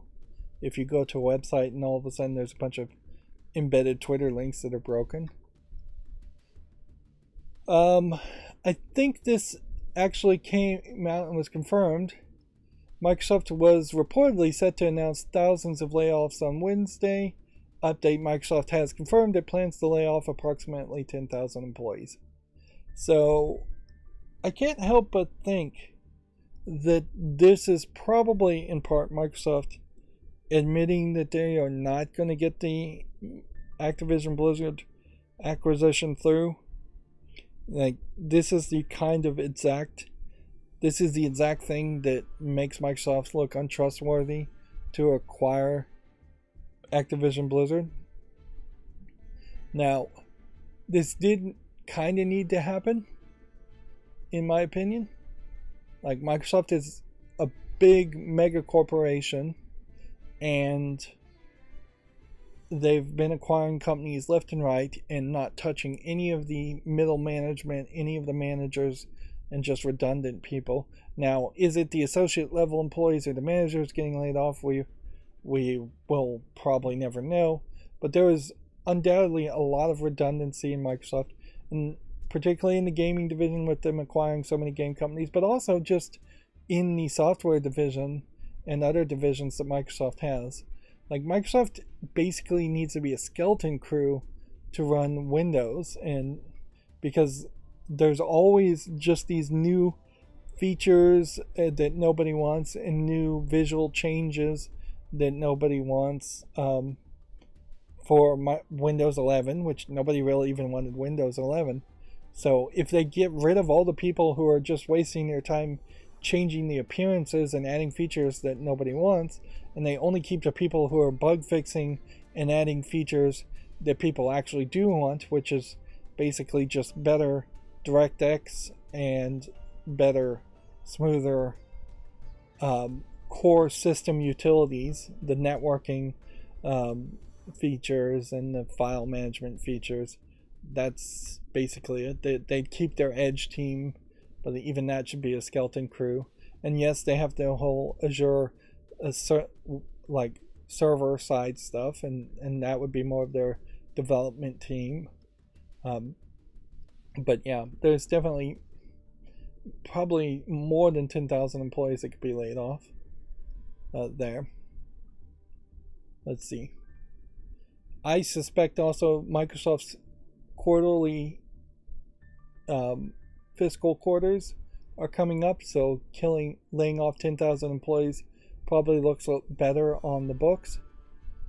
10,000 employees is, well, it seems like it's actually going to be 11,000 employees, 5% of their total employee person workforce. They have 220,000 employees, which is just a massive amount. What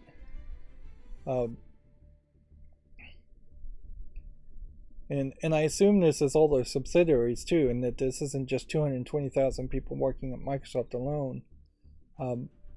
So it's 5% of your workforce, which, yeah, put 100 people in a room in any office. I think you could pick 5 people that don't do enough work or don't do good work and get rid of them. That wouldn't be hard. I've definitely been in jobs where I could have potentially laid off at least half of the number of employees. Who's to say also that they won't go on a hiring spree. Some of these jobs definitely are in the engineering divisions, too.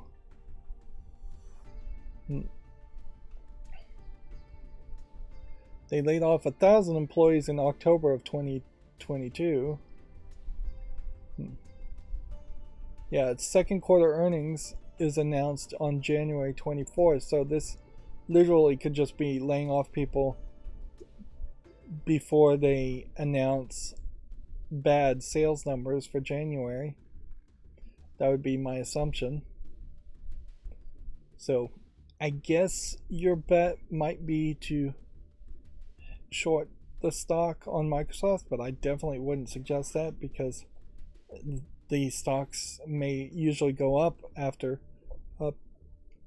layoffs. Honestly, now would be the time to buy Microsoft stock because in the long run, the layoffs will make the price go up.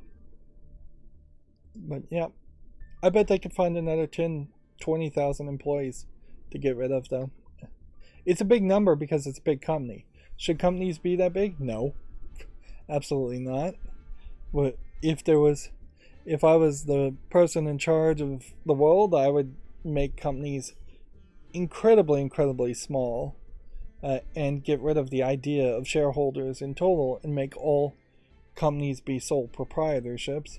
I would split Microsoft into probably like 20,000 at max employees businesses, and every division of Microsoft would become its own individual business, fighting and operating independently if I could do that.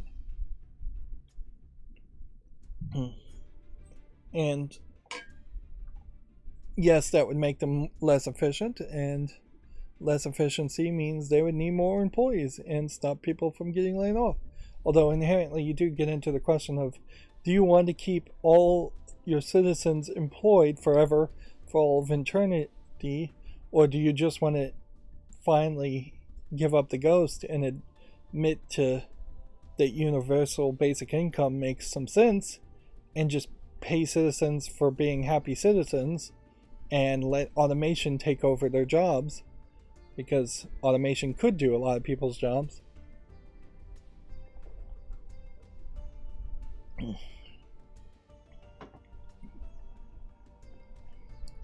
Moving on, John Wick director signs up for Rainbow Six movie starring Michael B. Jordan.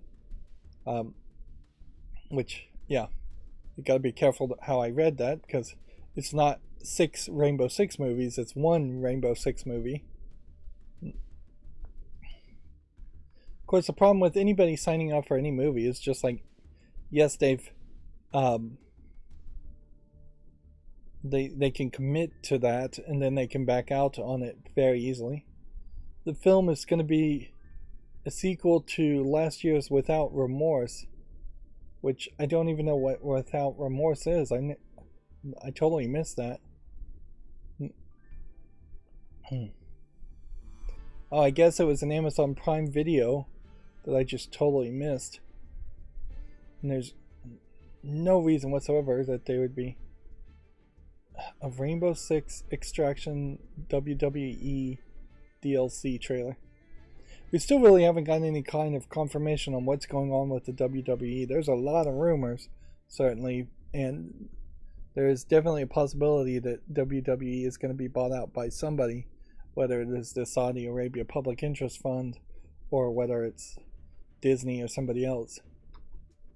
Let's see. Monster Hunter Rise Sunbreak clears 5 million units.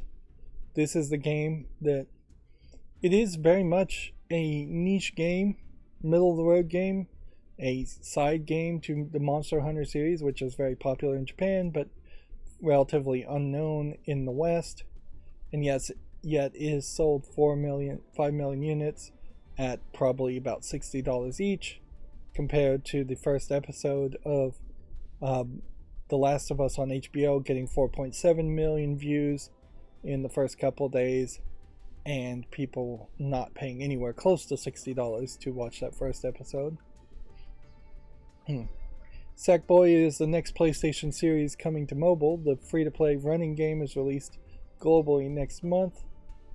Sackboy and an Infinite Runner does not really sound like anything of any real interest. It's visually interesting. It's got that Yoshi's Woolly World visual aesthetic to it, but there really is only so many games like that that I'd be willing to play, and most of them, I think all of them would have to be Nintendo games. But an Infinite Runner is the main problem with that idea. We just talked about this.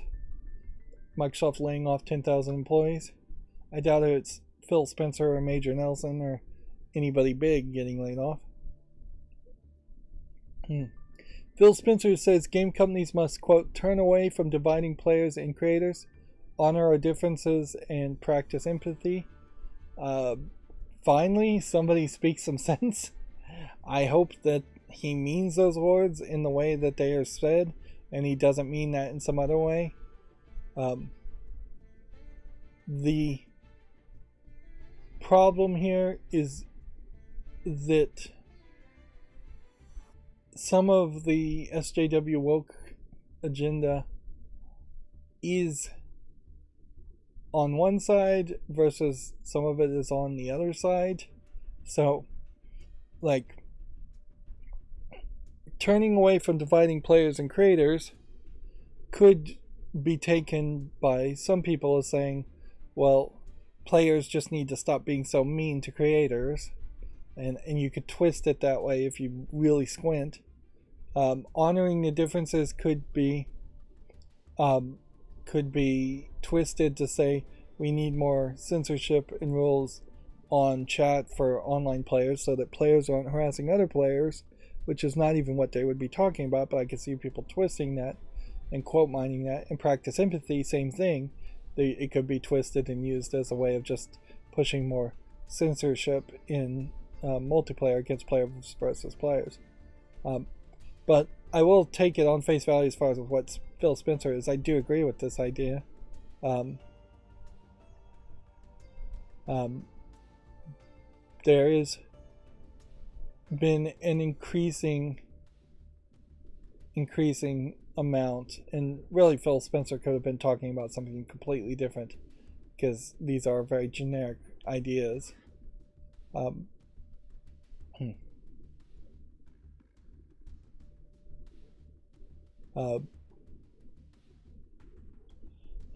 How even game creators even take that message, if they even listen to them, is going to be questionable. But yeah, we really need to stop with the whole drama. Even like the Dead Space remake, I feel like, and this may be just a face capture problem, but the Dead Space remake feels like it's doing that Horizon Zero Dawn thing, in which they are just making fatter, uglier faces on women for a bad reason. If face capture technology just is incredibly bad for women for some reason, which it may very well be, it may just pick up shadows more when they do the face scanning. They just need to go back to the old style, frankly. They just need to handcraft like good looking faces on people, on women, because in video games we want the characters to look good, both guys and girls, and we don't want them to be realistic, and we don't want them to have realistic body proportions or fat proportions. There is not an argument amongst actual gamers that they want to see more representation or more diversity of body types in the cartoon animated characters. We want good looking muscly barbarian characters, or we want crazy skeleton characters. I don't want a fat skeleton character. And that has been one of the things, certainly, that's been a problem. But then there's also just been a lot of ridiculous things, and a lot of the ridiculous things are happening less and less commonly recently, but we're still seeing some of it.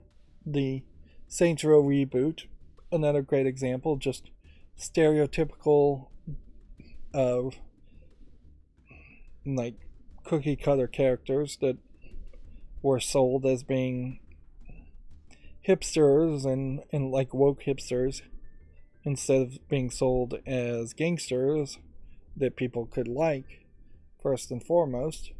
Of course, that wasn't even the worst problem with the Saints Row game. Moving on, I really need to hurry up here. The Returnal PC release date, specs, and features trailer has been revealed, according to Video Games Chronicles. I can't even read this. Let's see. If we click here, can we get it bigger? Yes. 1070 if you want it at 1080 60, an i5 8400, 6 cores at 2.8 gigahertz, or a Ryzen 5 2600, 6 cores at 3.4 gigahertz. That's a pretty big difference. 16 gigabytes of RAM and 60 gigabytes of storage SSD required for medium settings. Which, yeah, this is getting really ridiculous as far as just what the requirements are going, particularly for storage space. I guess if I was going to play Returnal, which Returnal always felt like it was a little bit of a poorly optimized game, I could probably do this. Yeah. I could probably do recommended 1080p 60 at high graphics settings, but I don't think I could do 4K, which I'd never do that anyways, or 4K with ray tracing. Like, ray tracing doesn't actually even need more RAM. It seemingly needs just more video card RAM at 12 gigabytes instead of 10 gigabytes. Yep. There definitely is an argument for video cards to start putting twice as much RAM in their devices if they want to improve, but that would cost a lot. Looking at those specs, though, that is quite a lot for a game that maybe doesn't justify needing that much, particularly 60 gigabytes of space.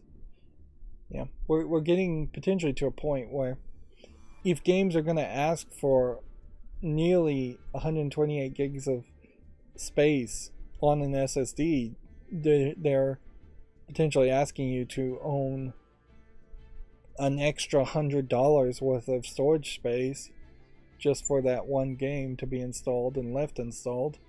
That is a lot, and while Returnal is somewhat of a visual experience, it's not that amazing of a visual experience. It's actually very dark and not actually visually appealing to me. Warzone 2 and Modern Warfare 2 season details revealed as the launch is delayed. Check that out on Video Games Chronicles if you're interested.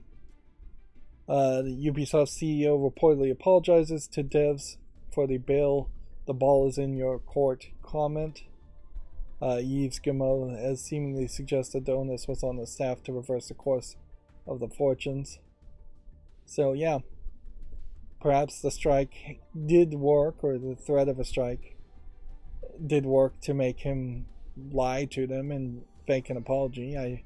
I doubt for a single second that he is actually sorry. It definitely felt like it was probably a statement he was making to the middle management, and I definitely don't think he really cares. And then the Microsoft layoffs have been confirmed to affect Bethesda and Xbox. 343 and Bethesda employees signal that they've been laid off as part of the 10,000 person cuts. A significant amount of the layoffs that could affect the game companies, though, could also be just the QA employees. Like, it could literally just be in this wave of firing a bunch of people that they would also lay off a lot of the QA employees before they manage to form a to form a union in Microsoft, which Microsoft absolutely does not want any unions in them. Which that is a movement that is growing, certainly. Yeah, and these embedded tweets are awful looking now. They must be working with some very old technology that still works to get these embedded tweets to work at all. On Wednesday, Microsoft claimed the cuts were being made in response to macroeconomic conditions and changing customer priorities. What you wouldn't take from this, though, is that they were like getting out of the games business. That would be insane.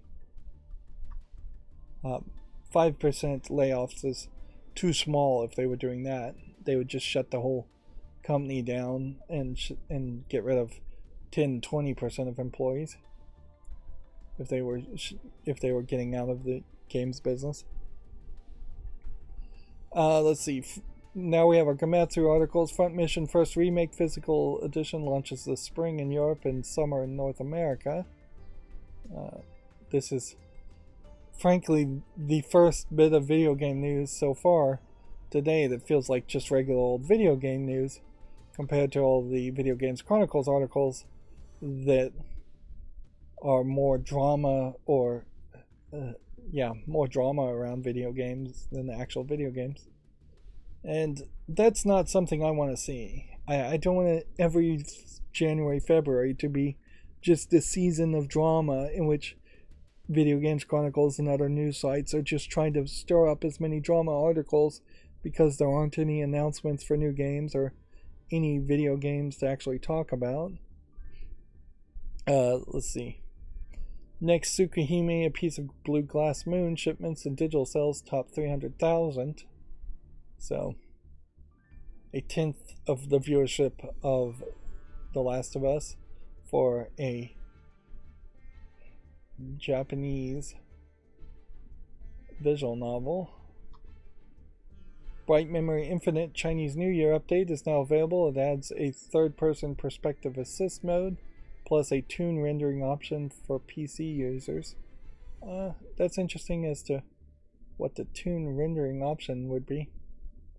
Here you have two bunny girl outfits around this. This is I think a Chinese game, but it might be a Japanese game. I did see something, and this would be crazy, though, where some country started to claim that putting like bunny girl ears on anime porn would be considered bestiality. In Japan, it's called like kikomoni or something like that. I'm probably mispronouncing or saying the totally wrong thing. But yeah, there's a level of furry characters, and we've seen video games of furries all the time, that even at that point it wouldn't fall against any kind of like bestiality laws, because they're anthropomorphic. They're humanoid shaped creatures. They're not actual animals. And frankly, they're cartoons anyway, so it's animated. What's the big deal? But there may be an increased push that way, in which all of a sudden we start to see furry games being banned from Steam, or just banned in general in countries, because furries somehow is being sold as bestiality. And that's what the anti-porn crowd always does, is that they try to redefine terms and use that as an excuse to censor everything. What I take from this, ignoring the bunny girl cosplay here, which is what this would be, just costumes, is this Bright Memory Infinite seems to be showing a lot of new areas and a lot more content than what I've seen before. Not sure what the toon rendering mode, though, is all about. I would have liked to see that, to see if that just drastically shifts the color palettes and makes it colorful like a Borderlands game or what. Disguise 7 has yet another trailer if you want to check that out on Gamatsu. A strategy RPG called The Dragoness Command of the Flame is coming to the PS5, Xbox Series, PS4, and Switch. Which, alright, let's see. Turn-based RPG.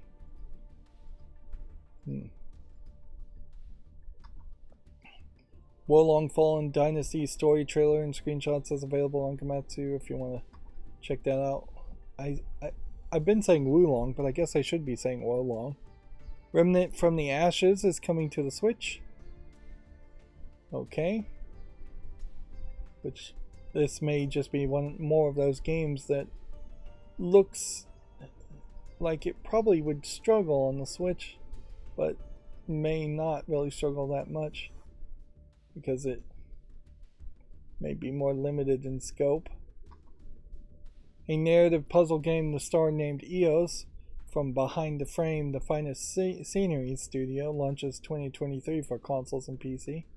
That is definitely a mouthful. Looks like it is in part photography based, but mostly puzzle based. I don't have time to watch all these trailers. Sword of the Vagrant coming to PS4 and Switch on June 2nd. I would not recommend this game at all.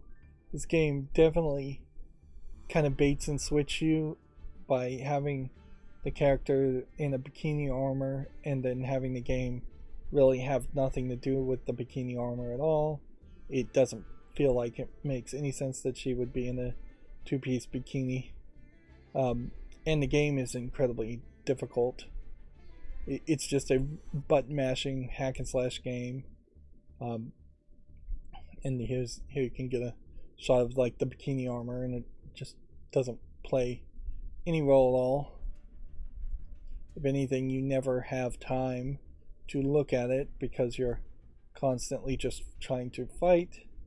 There's a lot of subsystems and RPG systems that really just don't make any sense until you've beaten the game and played the game several times. The art style is kind of all over the place too. The main original selling point, I think, for Sword of the Vagrant is that they had hand-painted cutscenes or hand-painted backgrounds, but a lot of the hand-painted cutscenes and backgrounds are not even good looking. So, yeah. I don't recommend that game, having recently played it. Forspoken PC features trailer is available if you wanted to check that out. Little Witch Nobita launches March 7th in the West. I believe this is the chibi anime girl in a Dark Souls game. Looks like there's quite a lot of a limited edition collection here for a game that has not really proven itself. In a lot of ways, this is a big problem with limited edition games in general, is that they're trying to hype themselves up for this physical merchandise limited edition stuff before they've even proven themselves as a game. Yeah, this came out in like early access on Steam in 2022, September of 2022. You can kind of see it's at 81% overall with some kind of review bombing aspect, and at 69% in the last 30 days. It is on my wish list, but it definitely seems like there is a whole spot here.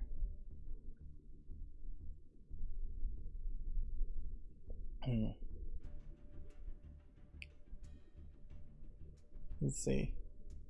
Development is slow. Disappointed with an improper collaboration.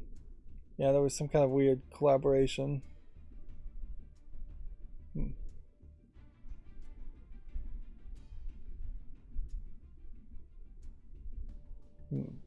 Maybe racist comments. I don't know. If we look more recently, let's see what the more recent reviews are. Really wanted to like this game. Characters are cute. The maps don't look bad either, but it's not fun to play. I have even switched from advanced to standard difficulty. While that made it less punishing, it didn't make it any more fun. Save yourselves a heartbreak and content yourself to gaze longingly on what could have been. So, yeah. This is a game that sold itself perhaps too much on the visuals and never really had a high chance of being great on the gameplay mechanics. Had this been just a Dark Souls clone that didn't have an anime witch chibi girl, moe girl, nobody would have given it a second look. So yeah, now they're trying to sell on, frankly, mediocre success with a limited edition, and they probably will make some money there. If anything, one thing I'd like to see the pandemic killing is this idea of just all this limited edition garbage. Like, all of this ends up in the landfill eventually. Maybe it takes a generation to end up there, but it doesn't. We need to start thinking about multi-generational products. If I have a video game that can be put into some kind of console or computer to emulate, that can go to another generation. But if I handed a video game disc to a kid, they probably aren't going to keep a exclusive trading card in the art book and Steel game. If it's just a generic game they don't really care that much about. And these things are not so much collectible in the sense that you could ever sell them as a collector's edition, as much as they are collectible in the sense that you have to put it on your shelf and keep it for the rest of your life to justify how much you paid for it. And definitely these are all things you might want, but a lot of people don't even want, versus things that you would need to just enjoy the game. And I'd like to see less extra nonsense. It's the McDonald's toys equivalent of production. I'd like to see less garbage McDonald's toy like things. And even McDonald's has stopped making garbage McDonald's toy like things, through being forced by, I think, a California law, in which I think if you want the McDonald's toy you have to buy it separately, or you have to ask for it or something like that. It's not included. Moving on, Anno 1800 Console Edition launches March 16th. I really need to hurry here. Coffee Talk Episode 2 launches April 20th. Coffee Talk and Coffee Talk Episode 2 physical editions have been announced for the PS4 and PS5 and Switch. Veneris Tactics is coming to the Xbox Series, Xbox One, and Switch.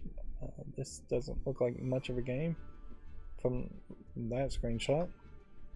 Genshin Impact version 3.4 update is now available.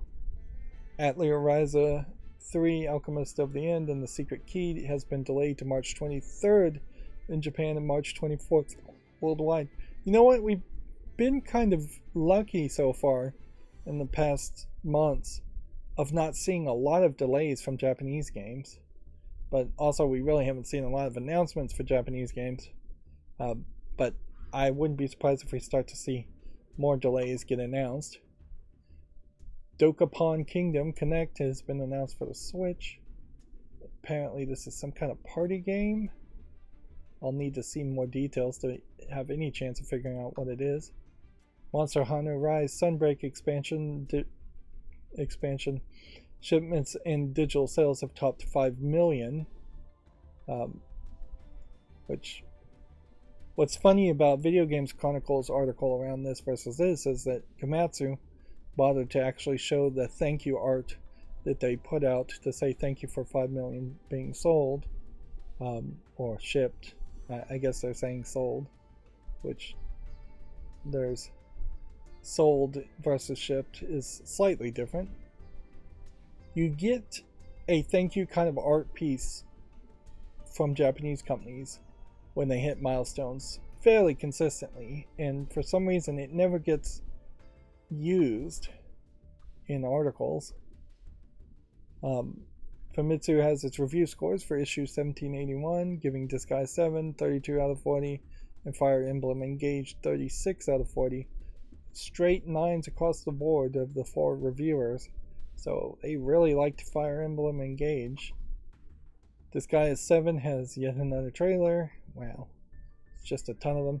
Now, if Disguise 7 just came out in Japan and they have a review for it, that would make an argument that we should stop seeing so many trailers from Disguise 7, but I wouldn't be surprised if we go another week or two and we're still getting a lot of trailers from Disguise 7. Dragon Quest Champions has been announced for iOS and Android, which, okay. They did say a couple years back that there was like 11 Dragon Quest games in development. There is a definite inconsistency in the art styles of Dragon Quest games when you look at this compared to other Dragon Quest games. This is much more flatter of an animation style, where most of the animations I've been seeing lately have been more 3D. This may be more in line with what the original Dragon Quest games looked like. A game called Elderand launches February 16th for PC and Switch. Let's see what it is. Side-scrolling action-adventure game. Let's look at the Steam page so we can look at the screenshots a little bit faster than watching a trailer. Yeah, it looks like it's a hack and slash kind of Castlevania game. Looks like it's dark and gory. I could see something there around that. Raiden 3 Ex Mikado Mania X is coming to the West for basically everything, according to Gamatsu. Hogwarts Legacy has a cinematic trailer if you want to check that out. Tachia details of soul jumping, ukulele exploration, and more. I don't know what this game is, Tachia, though. Seems like it's 3D CG in that case, but then also seems like it might zoom out when you're actually playing, and this might just be a cutscene. And this kind of animation in this cutscene and this flatter, almost point-and-click pixely animation in the actual gameplay is oddly inconsistent. We perhaps are hitting a point where we're going to hit a saturation level of kids running around in a island paradise, having a fun summer, playing ukuleles and just exploring.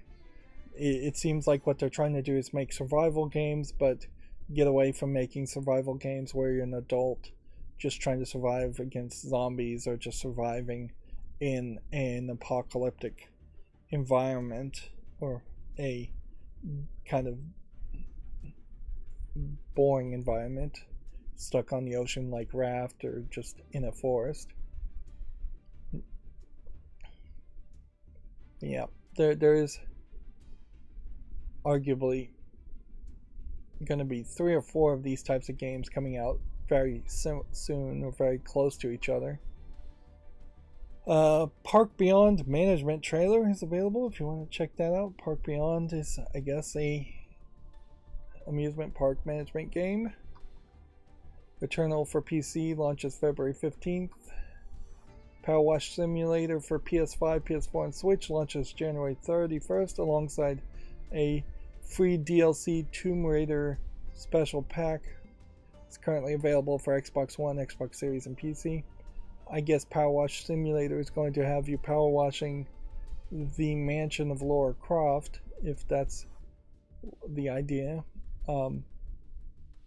Which that would be an interesting collaboration to hint at a return to the Croft Manor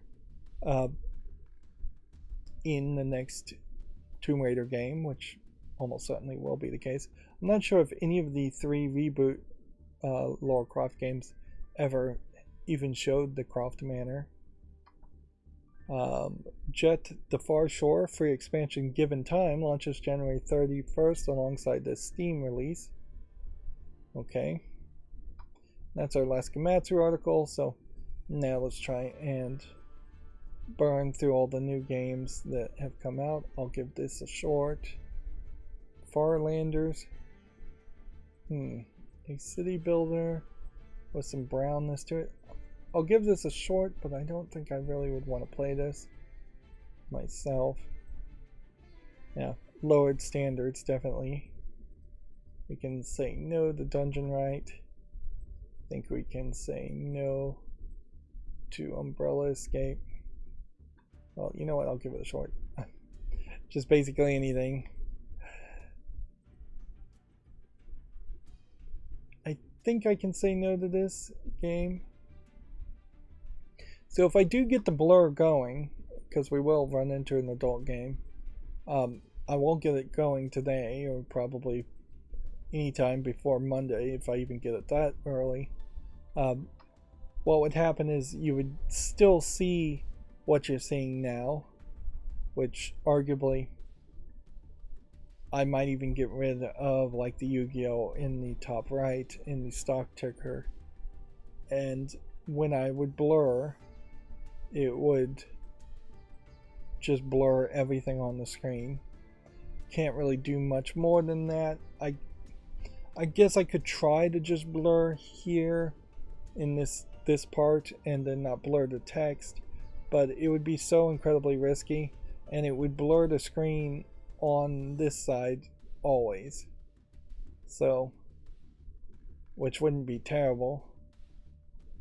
I could try that, but I don't. That might be actually more difficult to do. Probably would be more difficult. Do I want a robot fighting game? I don't think so. I really am getting down to the point where almost anything, I probably should have given that game more deference instead of just dismissing it as a horror game, since it was positively reviewed.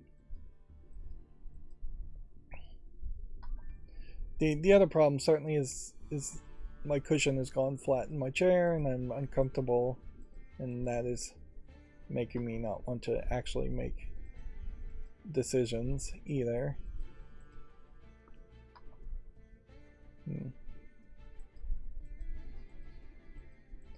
Let's see. I'm a little surprised I haven't seen an adult game so far today. It is Wednesday, so this is the one day where you have a small chance that no adult games would be released, because there is some level of bundling Sunday, Monday, and Tuesday in which they don't seem to release adult games, but particularly if it's on the adult storefront between Wednesday and Saturday, everything does seem to be allowed, although it does still seem very much like it gets bundled into groups of games. When I see an adult game, it's 3 or 4 adult games in a row, which that wouldn't make sense. So here's our first adult game, Clarisse the Princess Knight Extra Story. It is an RPG Maker game with a character who is naked in some of the screenshots, but that's pretty much it. So here's a great example of one of those games where you have just like giant boobs and armor over it, and then sometimes the character is naked.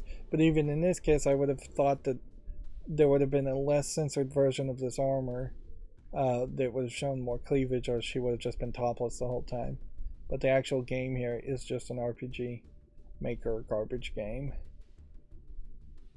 It is selling for $2.39. It's English, Japanese, and Chinese, simplified and traditional Chinese.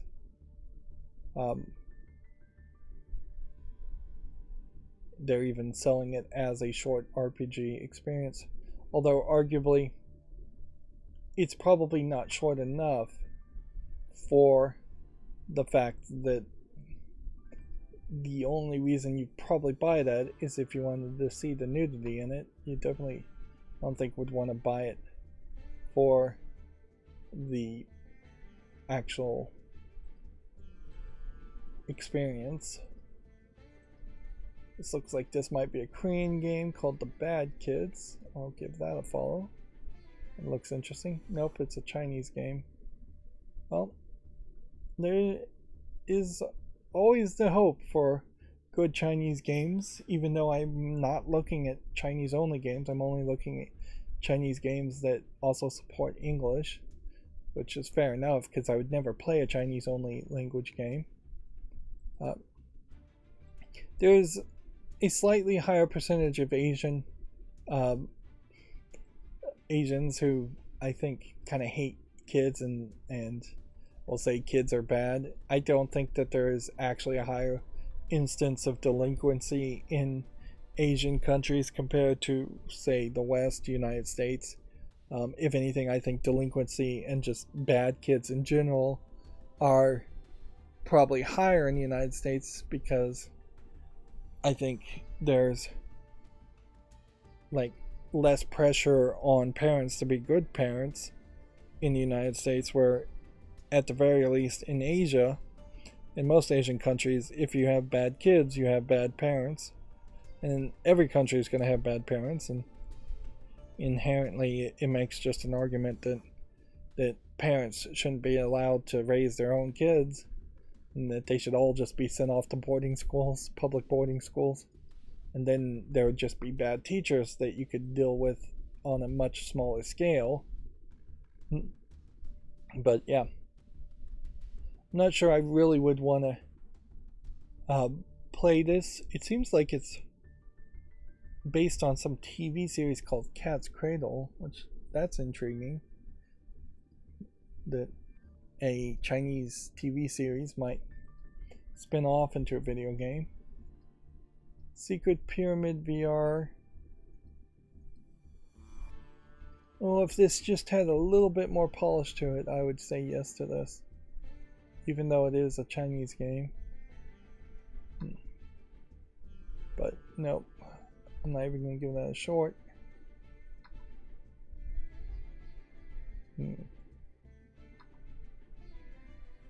Trying to burn through all this. Here we have a Mario Brothers clone, just a one-for-one Mario Brothers clone, which honestly, I'm surprised you don't see more of this. Like, why does that need to be early access? I don't know. Like, it would make a lot of sense to just make new levels based on Super Mario Bros. 1, make new enemies, make a new hero. Like, Nintendo can't own a question mark block. Maybe they could try to copyright that. It does seem like this game might have multiple currencies, but it doesn't have in-app purchases. But yeah, obviously you could make new levels without even adding new gameplay mechanics around Super Mario Bros. 1 and sell a game. And probably nobody would buy it because it doesn't have Mario in the name, but it would be something to try. I guess I'm going to make a YouTube short on shoot 'em up games too. I've probably been a little cruel around just ignoring shoot 'em up games. Penguin Adventure. Again, just a platformer. Not something that I really would put on the follow list, but you could see people saying yes to it. This JSC, is this the same publisher? No. You have MYH. You have WXM. It feels like these may be the same publisher, just putting in fake information. Like, Yeah. Hmm. But I can't prove that, can I? He feels very much like somebody has just lied and put in fake information as a developer name and publisher and then put a bunch of kind of mobile like games. But yes, this coin image here and this image here has been reused. So I'm going to say no to all of these on second thought because of apparent dishonesty out of maybe a paranoid effect. It seems to me like there's somebody that's lied and put simplistic games on by different names, whereas if they had just kept the same name, I would have kept them in consideration. But that dishonesty probably synergizes with the games being extremely short and extremely bad. But that does still get back to the same idea that there's a empty space, certainly, where you could make a Super Mario Bros. Clone and just sell it, just add new levels. There's eight levels with 3 levels in Super Mario Bros. So we're talking like 24 levels. Next game is an adult game called All Memories Hentai, which is just a card matching game with each card being mostly just a center torso. So you're seeing cleavage in bikinis, or you're seeing the hips in bikinis. Maybe there is some nudity here too, but the heads are cut off in each of these square cards that you're trying to match. It's $4.49, English only, and yeah, it's just a memory game and not very polished. Way too expensive also. Let's see. Next we have something called Definitely Not Fried Chicken, which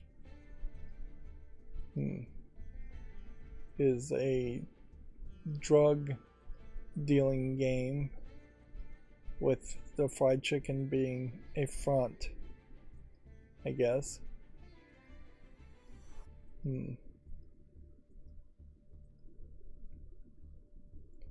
Yeah. There was that like Dope Wars game that was somewhat popular, so I'll give that a chance. It probably doesn't really deserve it, but I'll be generous. I'm still totally willing to dismiss dark screenshot horror asset flip games like this.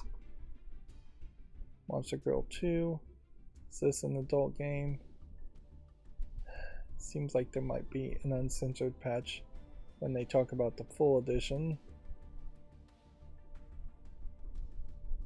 Is this just a visual novel?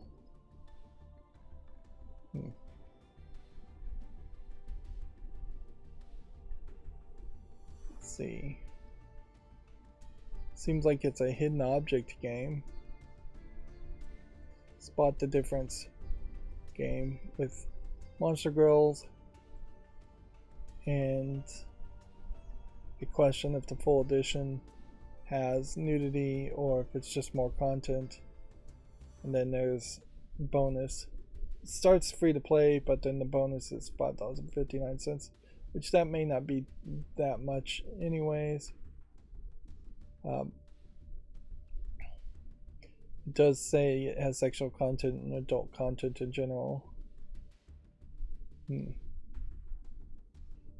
Spot the difference games are probably a good type of adult game to make, like, because then you are just 100% focusing on showing the art the whole time. The only thing there would be spotting the difference, which in this case the difference seems to be highlighted only in this little mirror image, and then the rest of the screen is taken up with the original version of the image. not terrible, although also seemingly not being reviewed very well. Should I give this a follow? I don't think it needs a follow though. Gray's Counter GM is a shoot 'em up game, which I'll make a YouTube short around. At a certain level, I guess I'm also dismissing some games because I'm saying to myself, well, I'm making a YouTube short around them, I'm showing them off that way, while not actually reviewing or endorsing them, because they're the types of games that I really would never play anyways. But I could certainly give myself that break of saying, yes, there are a lot of games that I'll make YouTube shorts around, but not actually play. Because there is definitely a lot of games I won't actually play. And I'm not getting better at making content and playing games by any means. I'm just getting slower and slower at it. Huntscape is an interesting idea. It's a multiplayer PvP game though. Being chased by animals in the woods. Being hunted by animals. Which, yep, that makes some sense. Lake Haven Chrysalis. This is a little polygon, but it might have something interesting about it. I'm just trying to burn through Osiris New Dawn mixed.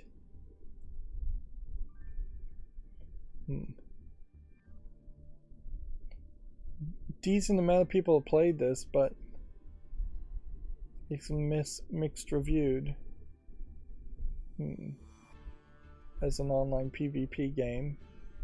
So I would have to assume that it's just not well received, and because of that I don't think I'll bother to give it a spotlight. Like, if I'm getting the message directly from reviews that the game is mixed or not good, then why would I highlight it? Alright, and then we have our GameDeveloper.com articles, if that's going to work. Modern Warfare 2 and God of War Ragnarok were 2022's most downloaded PlayStation games. It's time to pour one out for the Stadia. The Google Stadia has been shut down as of today. There is a more complicated than it should be process in which you can turn your Google Stadia controller into a Bluetooth mode controller. It doesn't seem like it's supported right now on iOS, but it does seem like it works on Android and would probably work on Windows too. Yeah, it would almost certainly work on Windows too. It is a complicated process that you can go to, I think it's stadia.com/controllers, and you have some time to reprogram your Stadia controller to that to be in Bluetooth mode versus the wireless mode. The wireless aspect on the controller, though, I think is going to be just not used at all at that point.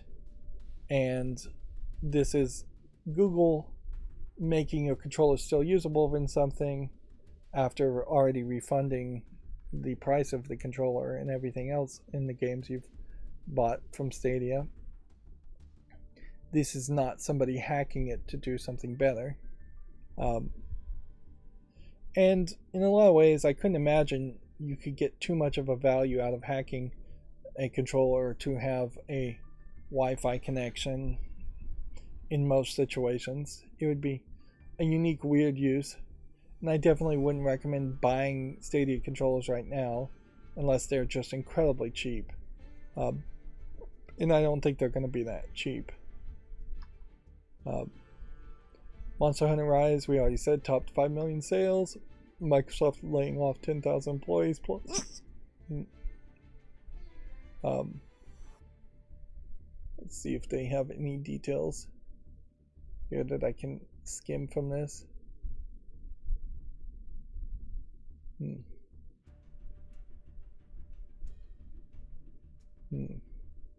No real details. It'd be interesting, certainly, to get full lists of people that were laid off. Um, Inherently, particularly in video games, we have this problem of people, like 22 people on the Callisto Protocol, not being credited for working on that game, and then people being laid off and fired, and there just not being a good work history database for artists in particular who you might have some interest of them getting credit. Everybody deserves to be credited for working on at a company, but it is crazy, certainly, to that there isn't more of a database out there. You would imagine that in the United States, the IRS has full-on lists of where everybody's worked and everybody at every job, but probably would be nice if you could access that list and people could get better credit, or you could pull from that list and build a resume from that instantaneously. That's one thing certainly that people, when they're building resumes, struggle with, is what was the job description that you want to use versus what was the job description that the job would use or confirm, because you can certainly accidentally over embellish on a resume by saying you did one thing and then your boss saying you did something completely different or had a completely different job title.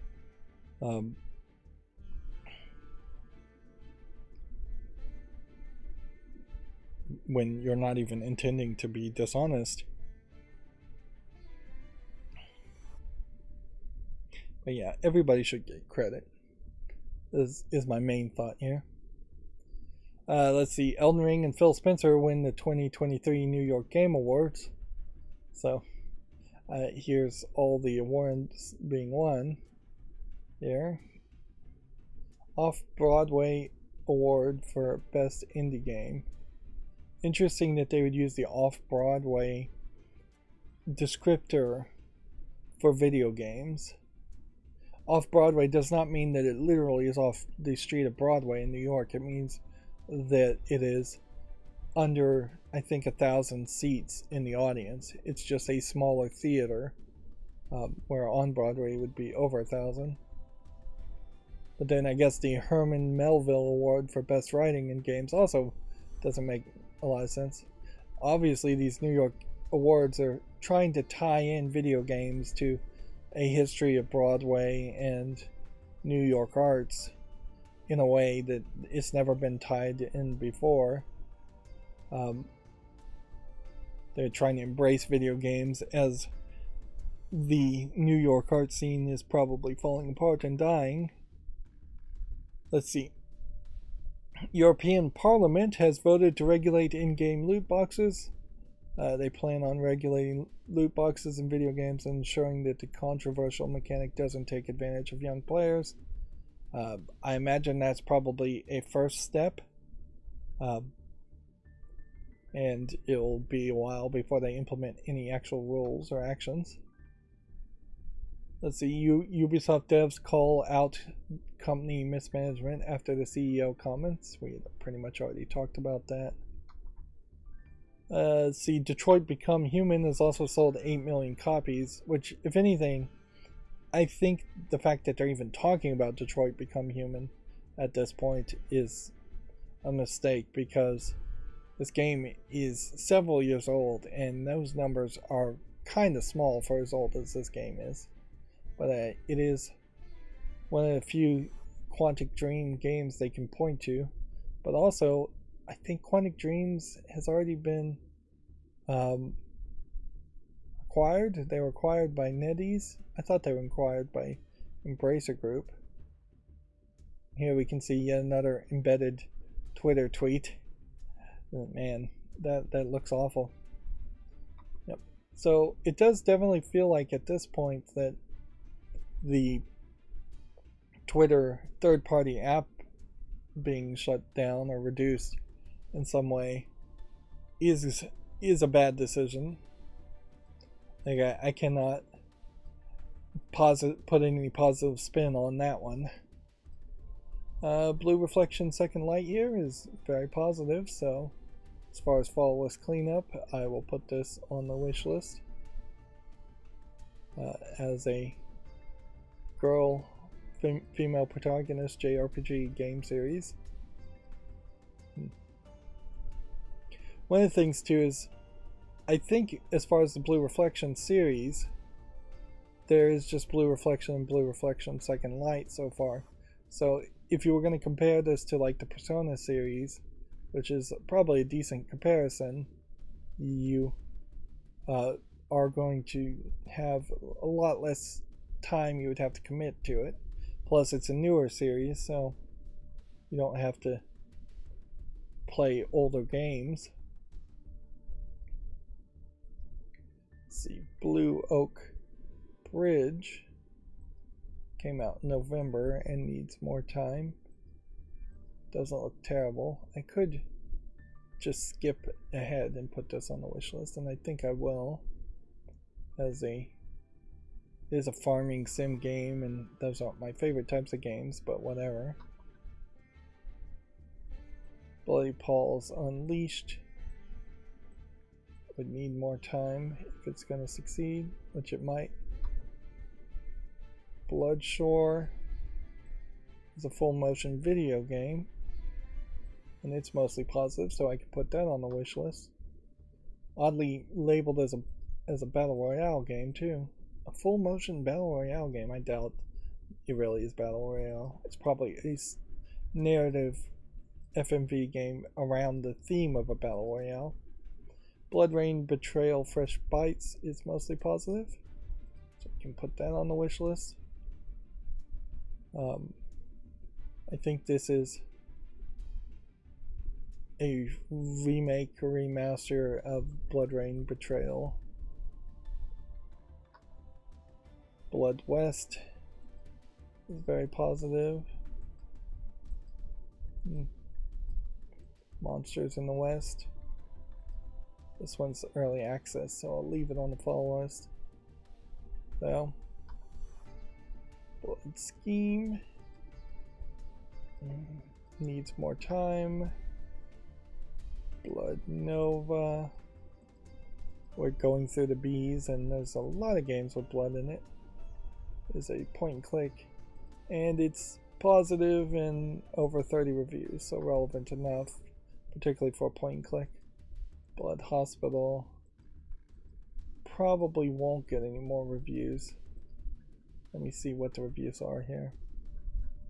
None of which are in English. This is probably just a Chinese horror game. I'll give it more time.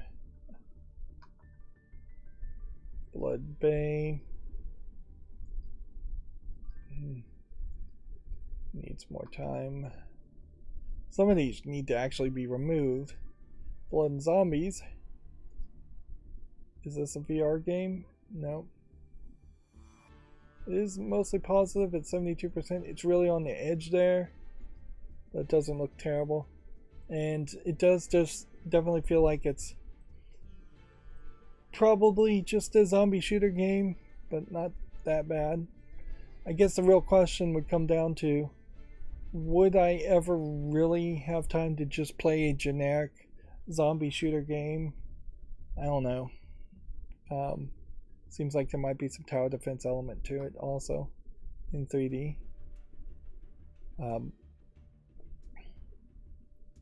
But yeah, there almost certainly would be better things to play than in a incredibly generic zombie shooter game. And see, in the 2 hours and 40 minutes I've streamed, it says I only have 26 new tweets on Twitter, which that seems like not that many.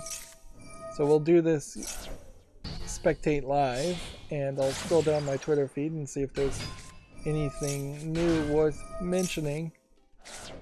Considerably small number of adult games today, but we did see some, so I'm not concerned about there being no adult games. You can get Genital Jousting on Steam for 69 cents to celebrate its 5-year anniversary. Which, that's a silly game, certainly.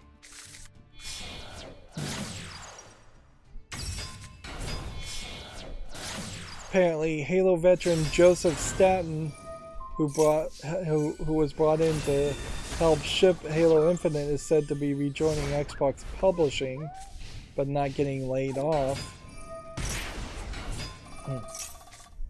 I could see definitely a lot of the Halo Infinite people getting laid off and then just abandoning Halo.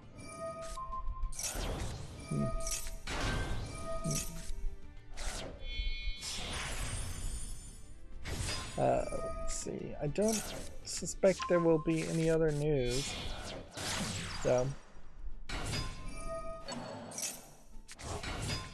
So this is where you get into a weird position where there isn't even that much going on, either because Twitter is dying or just because we're in a drought of video game news, and then the Duel Live is taking longer than what I have to talk about.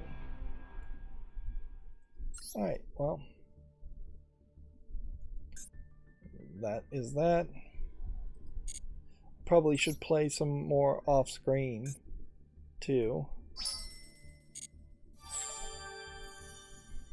And I should just start wrapping up now. That's going to be it for this stream. As always, I ask you to like, share, subscribe, comment, and watch every second of my videos. If you want to friend or follow me on any social media sites, there's a whole bunch of links down below. And if you want to support me further, there's a link to Patreon, or you can friend me on Steam and get me a game off my wish list. Thank you for watching. Have a good evening.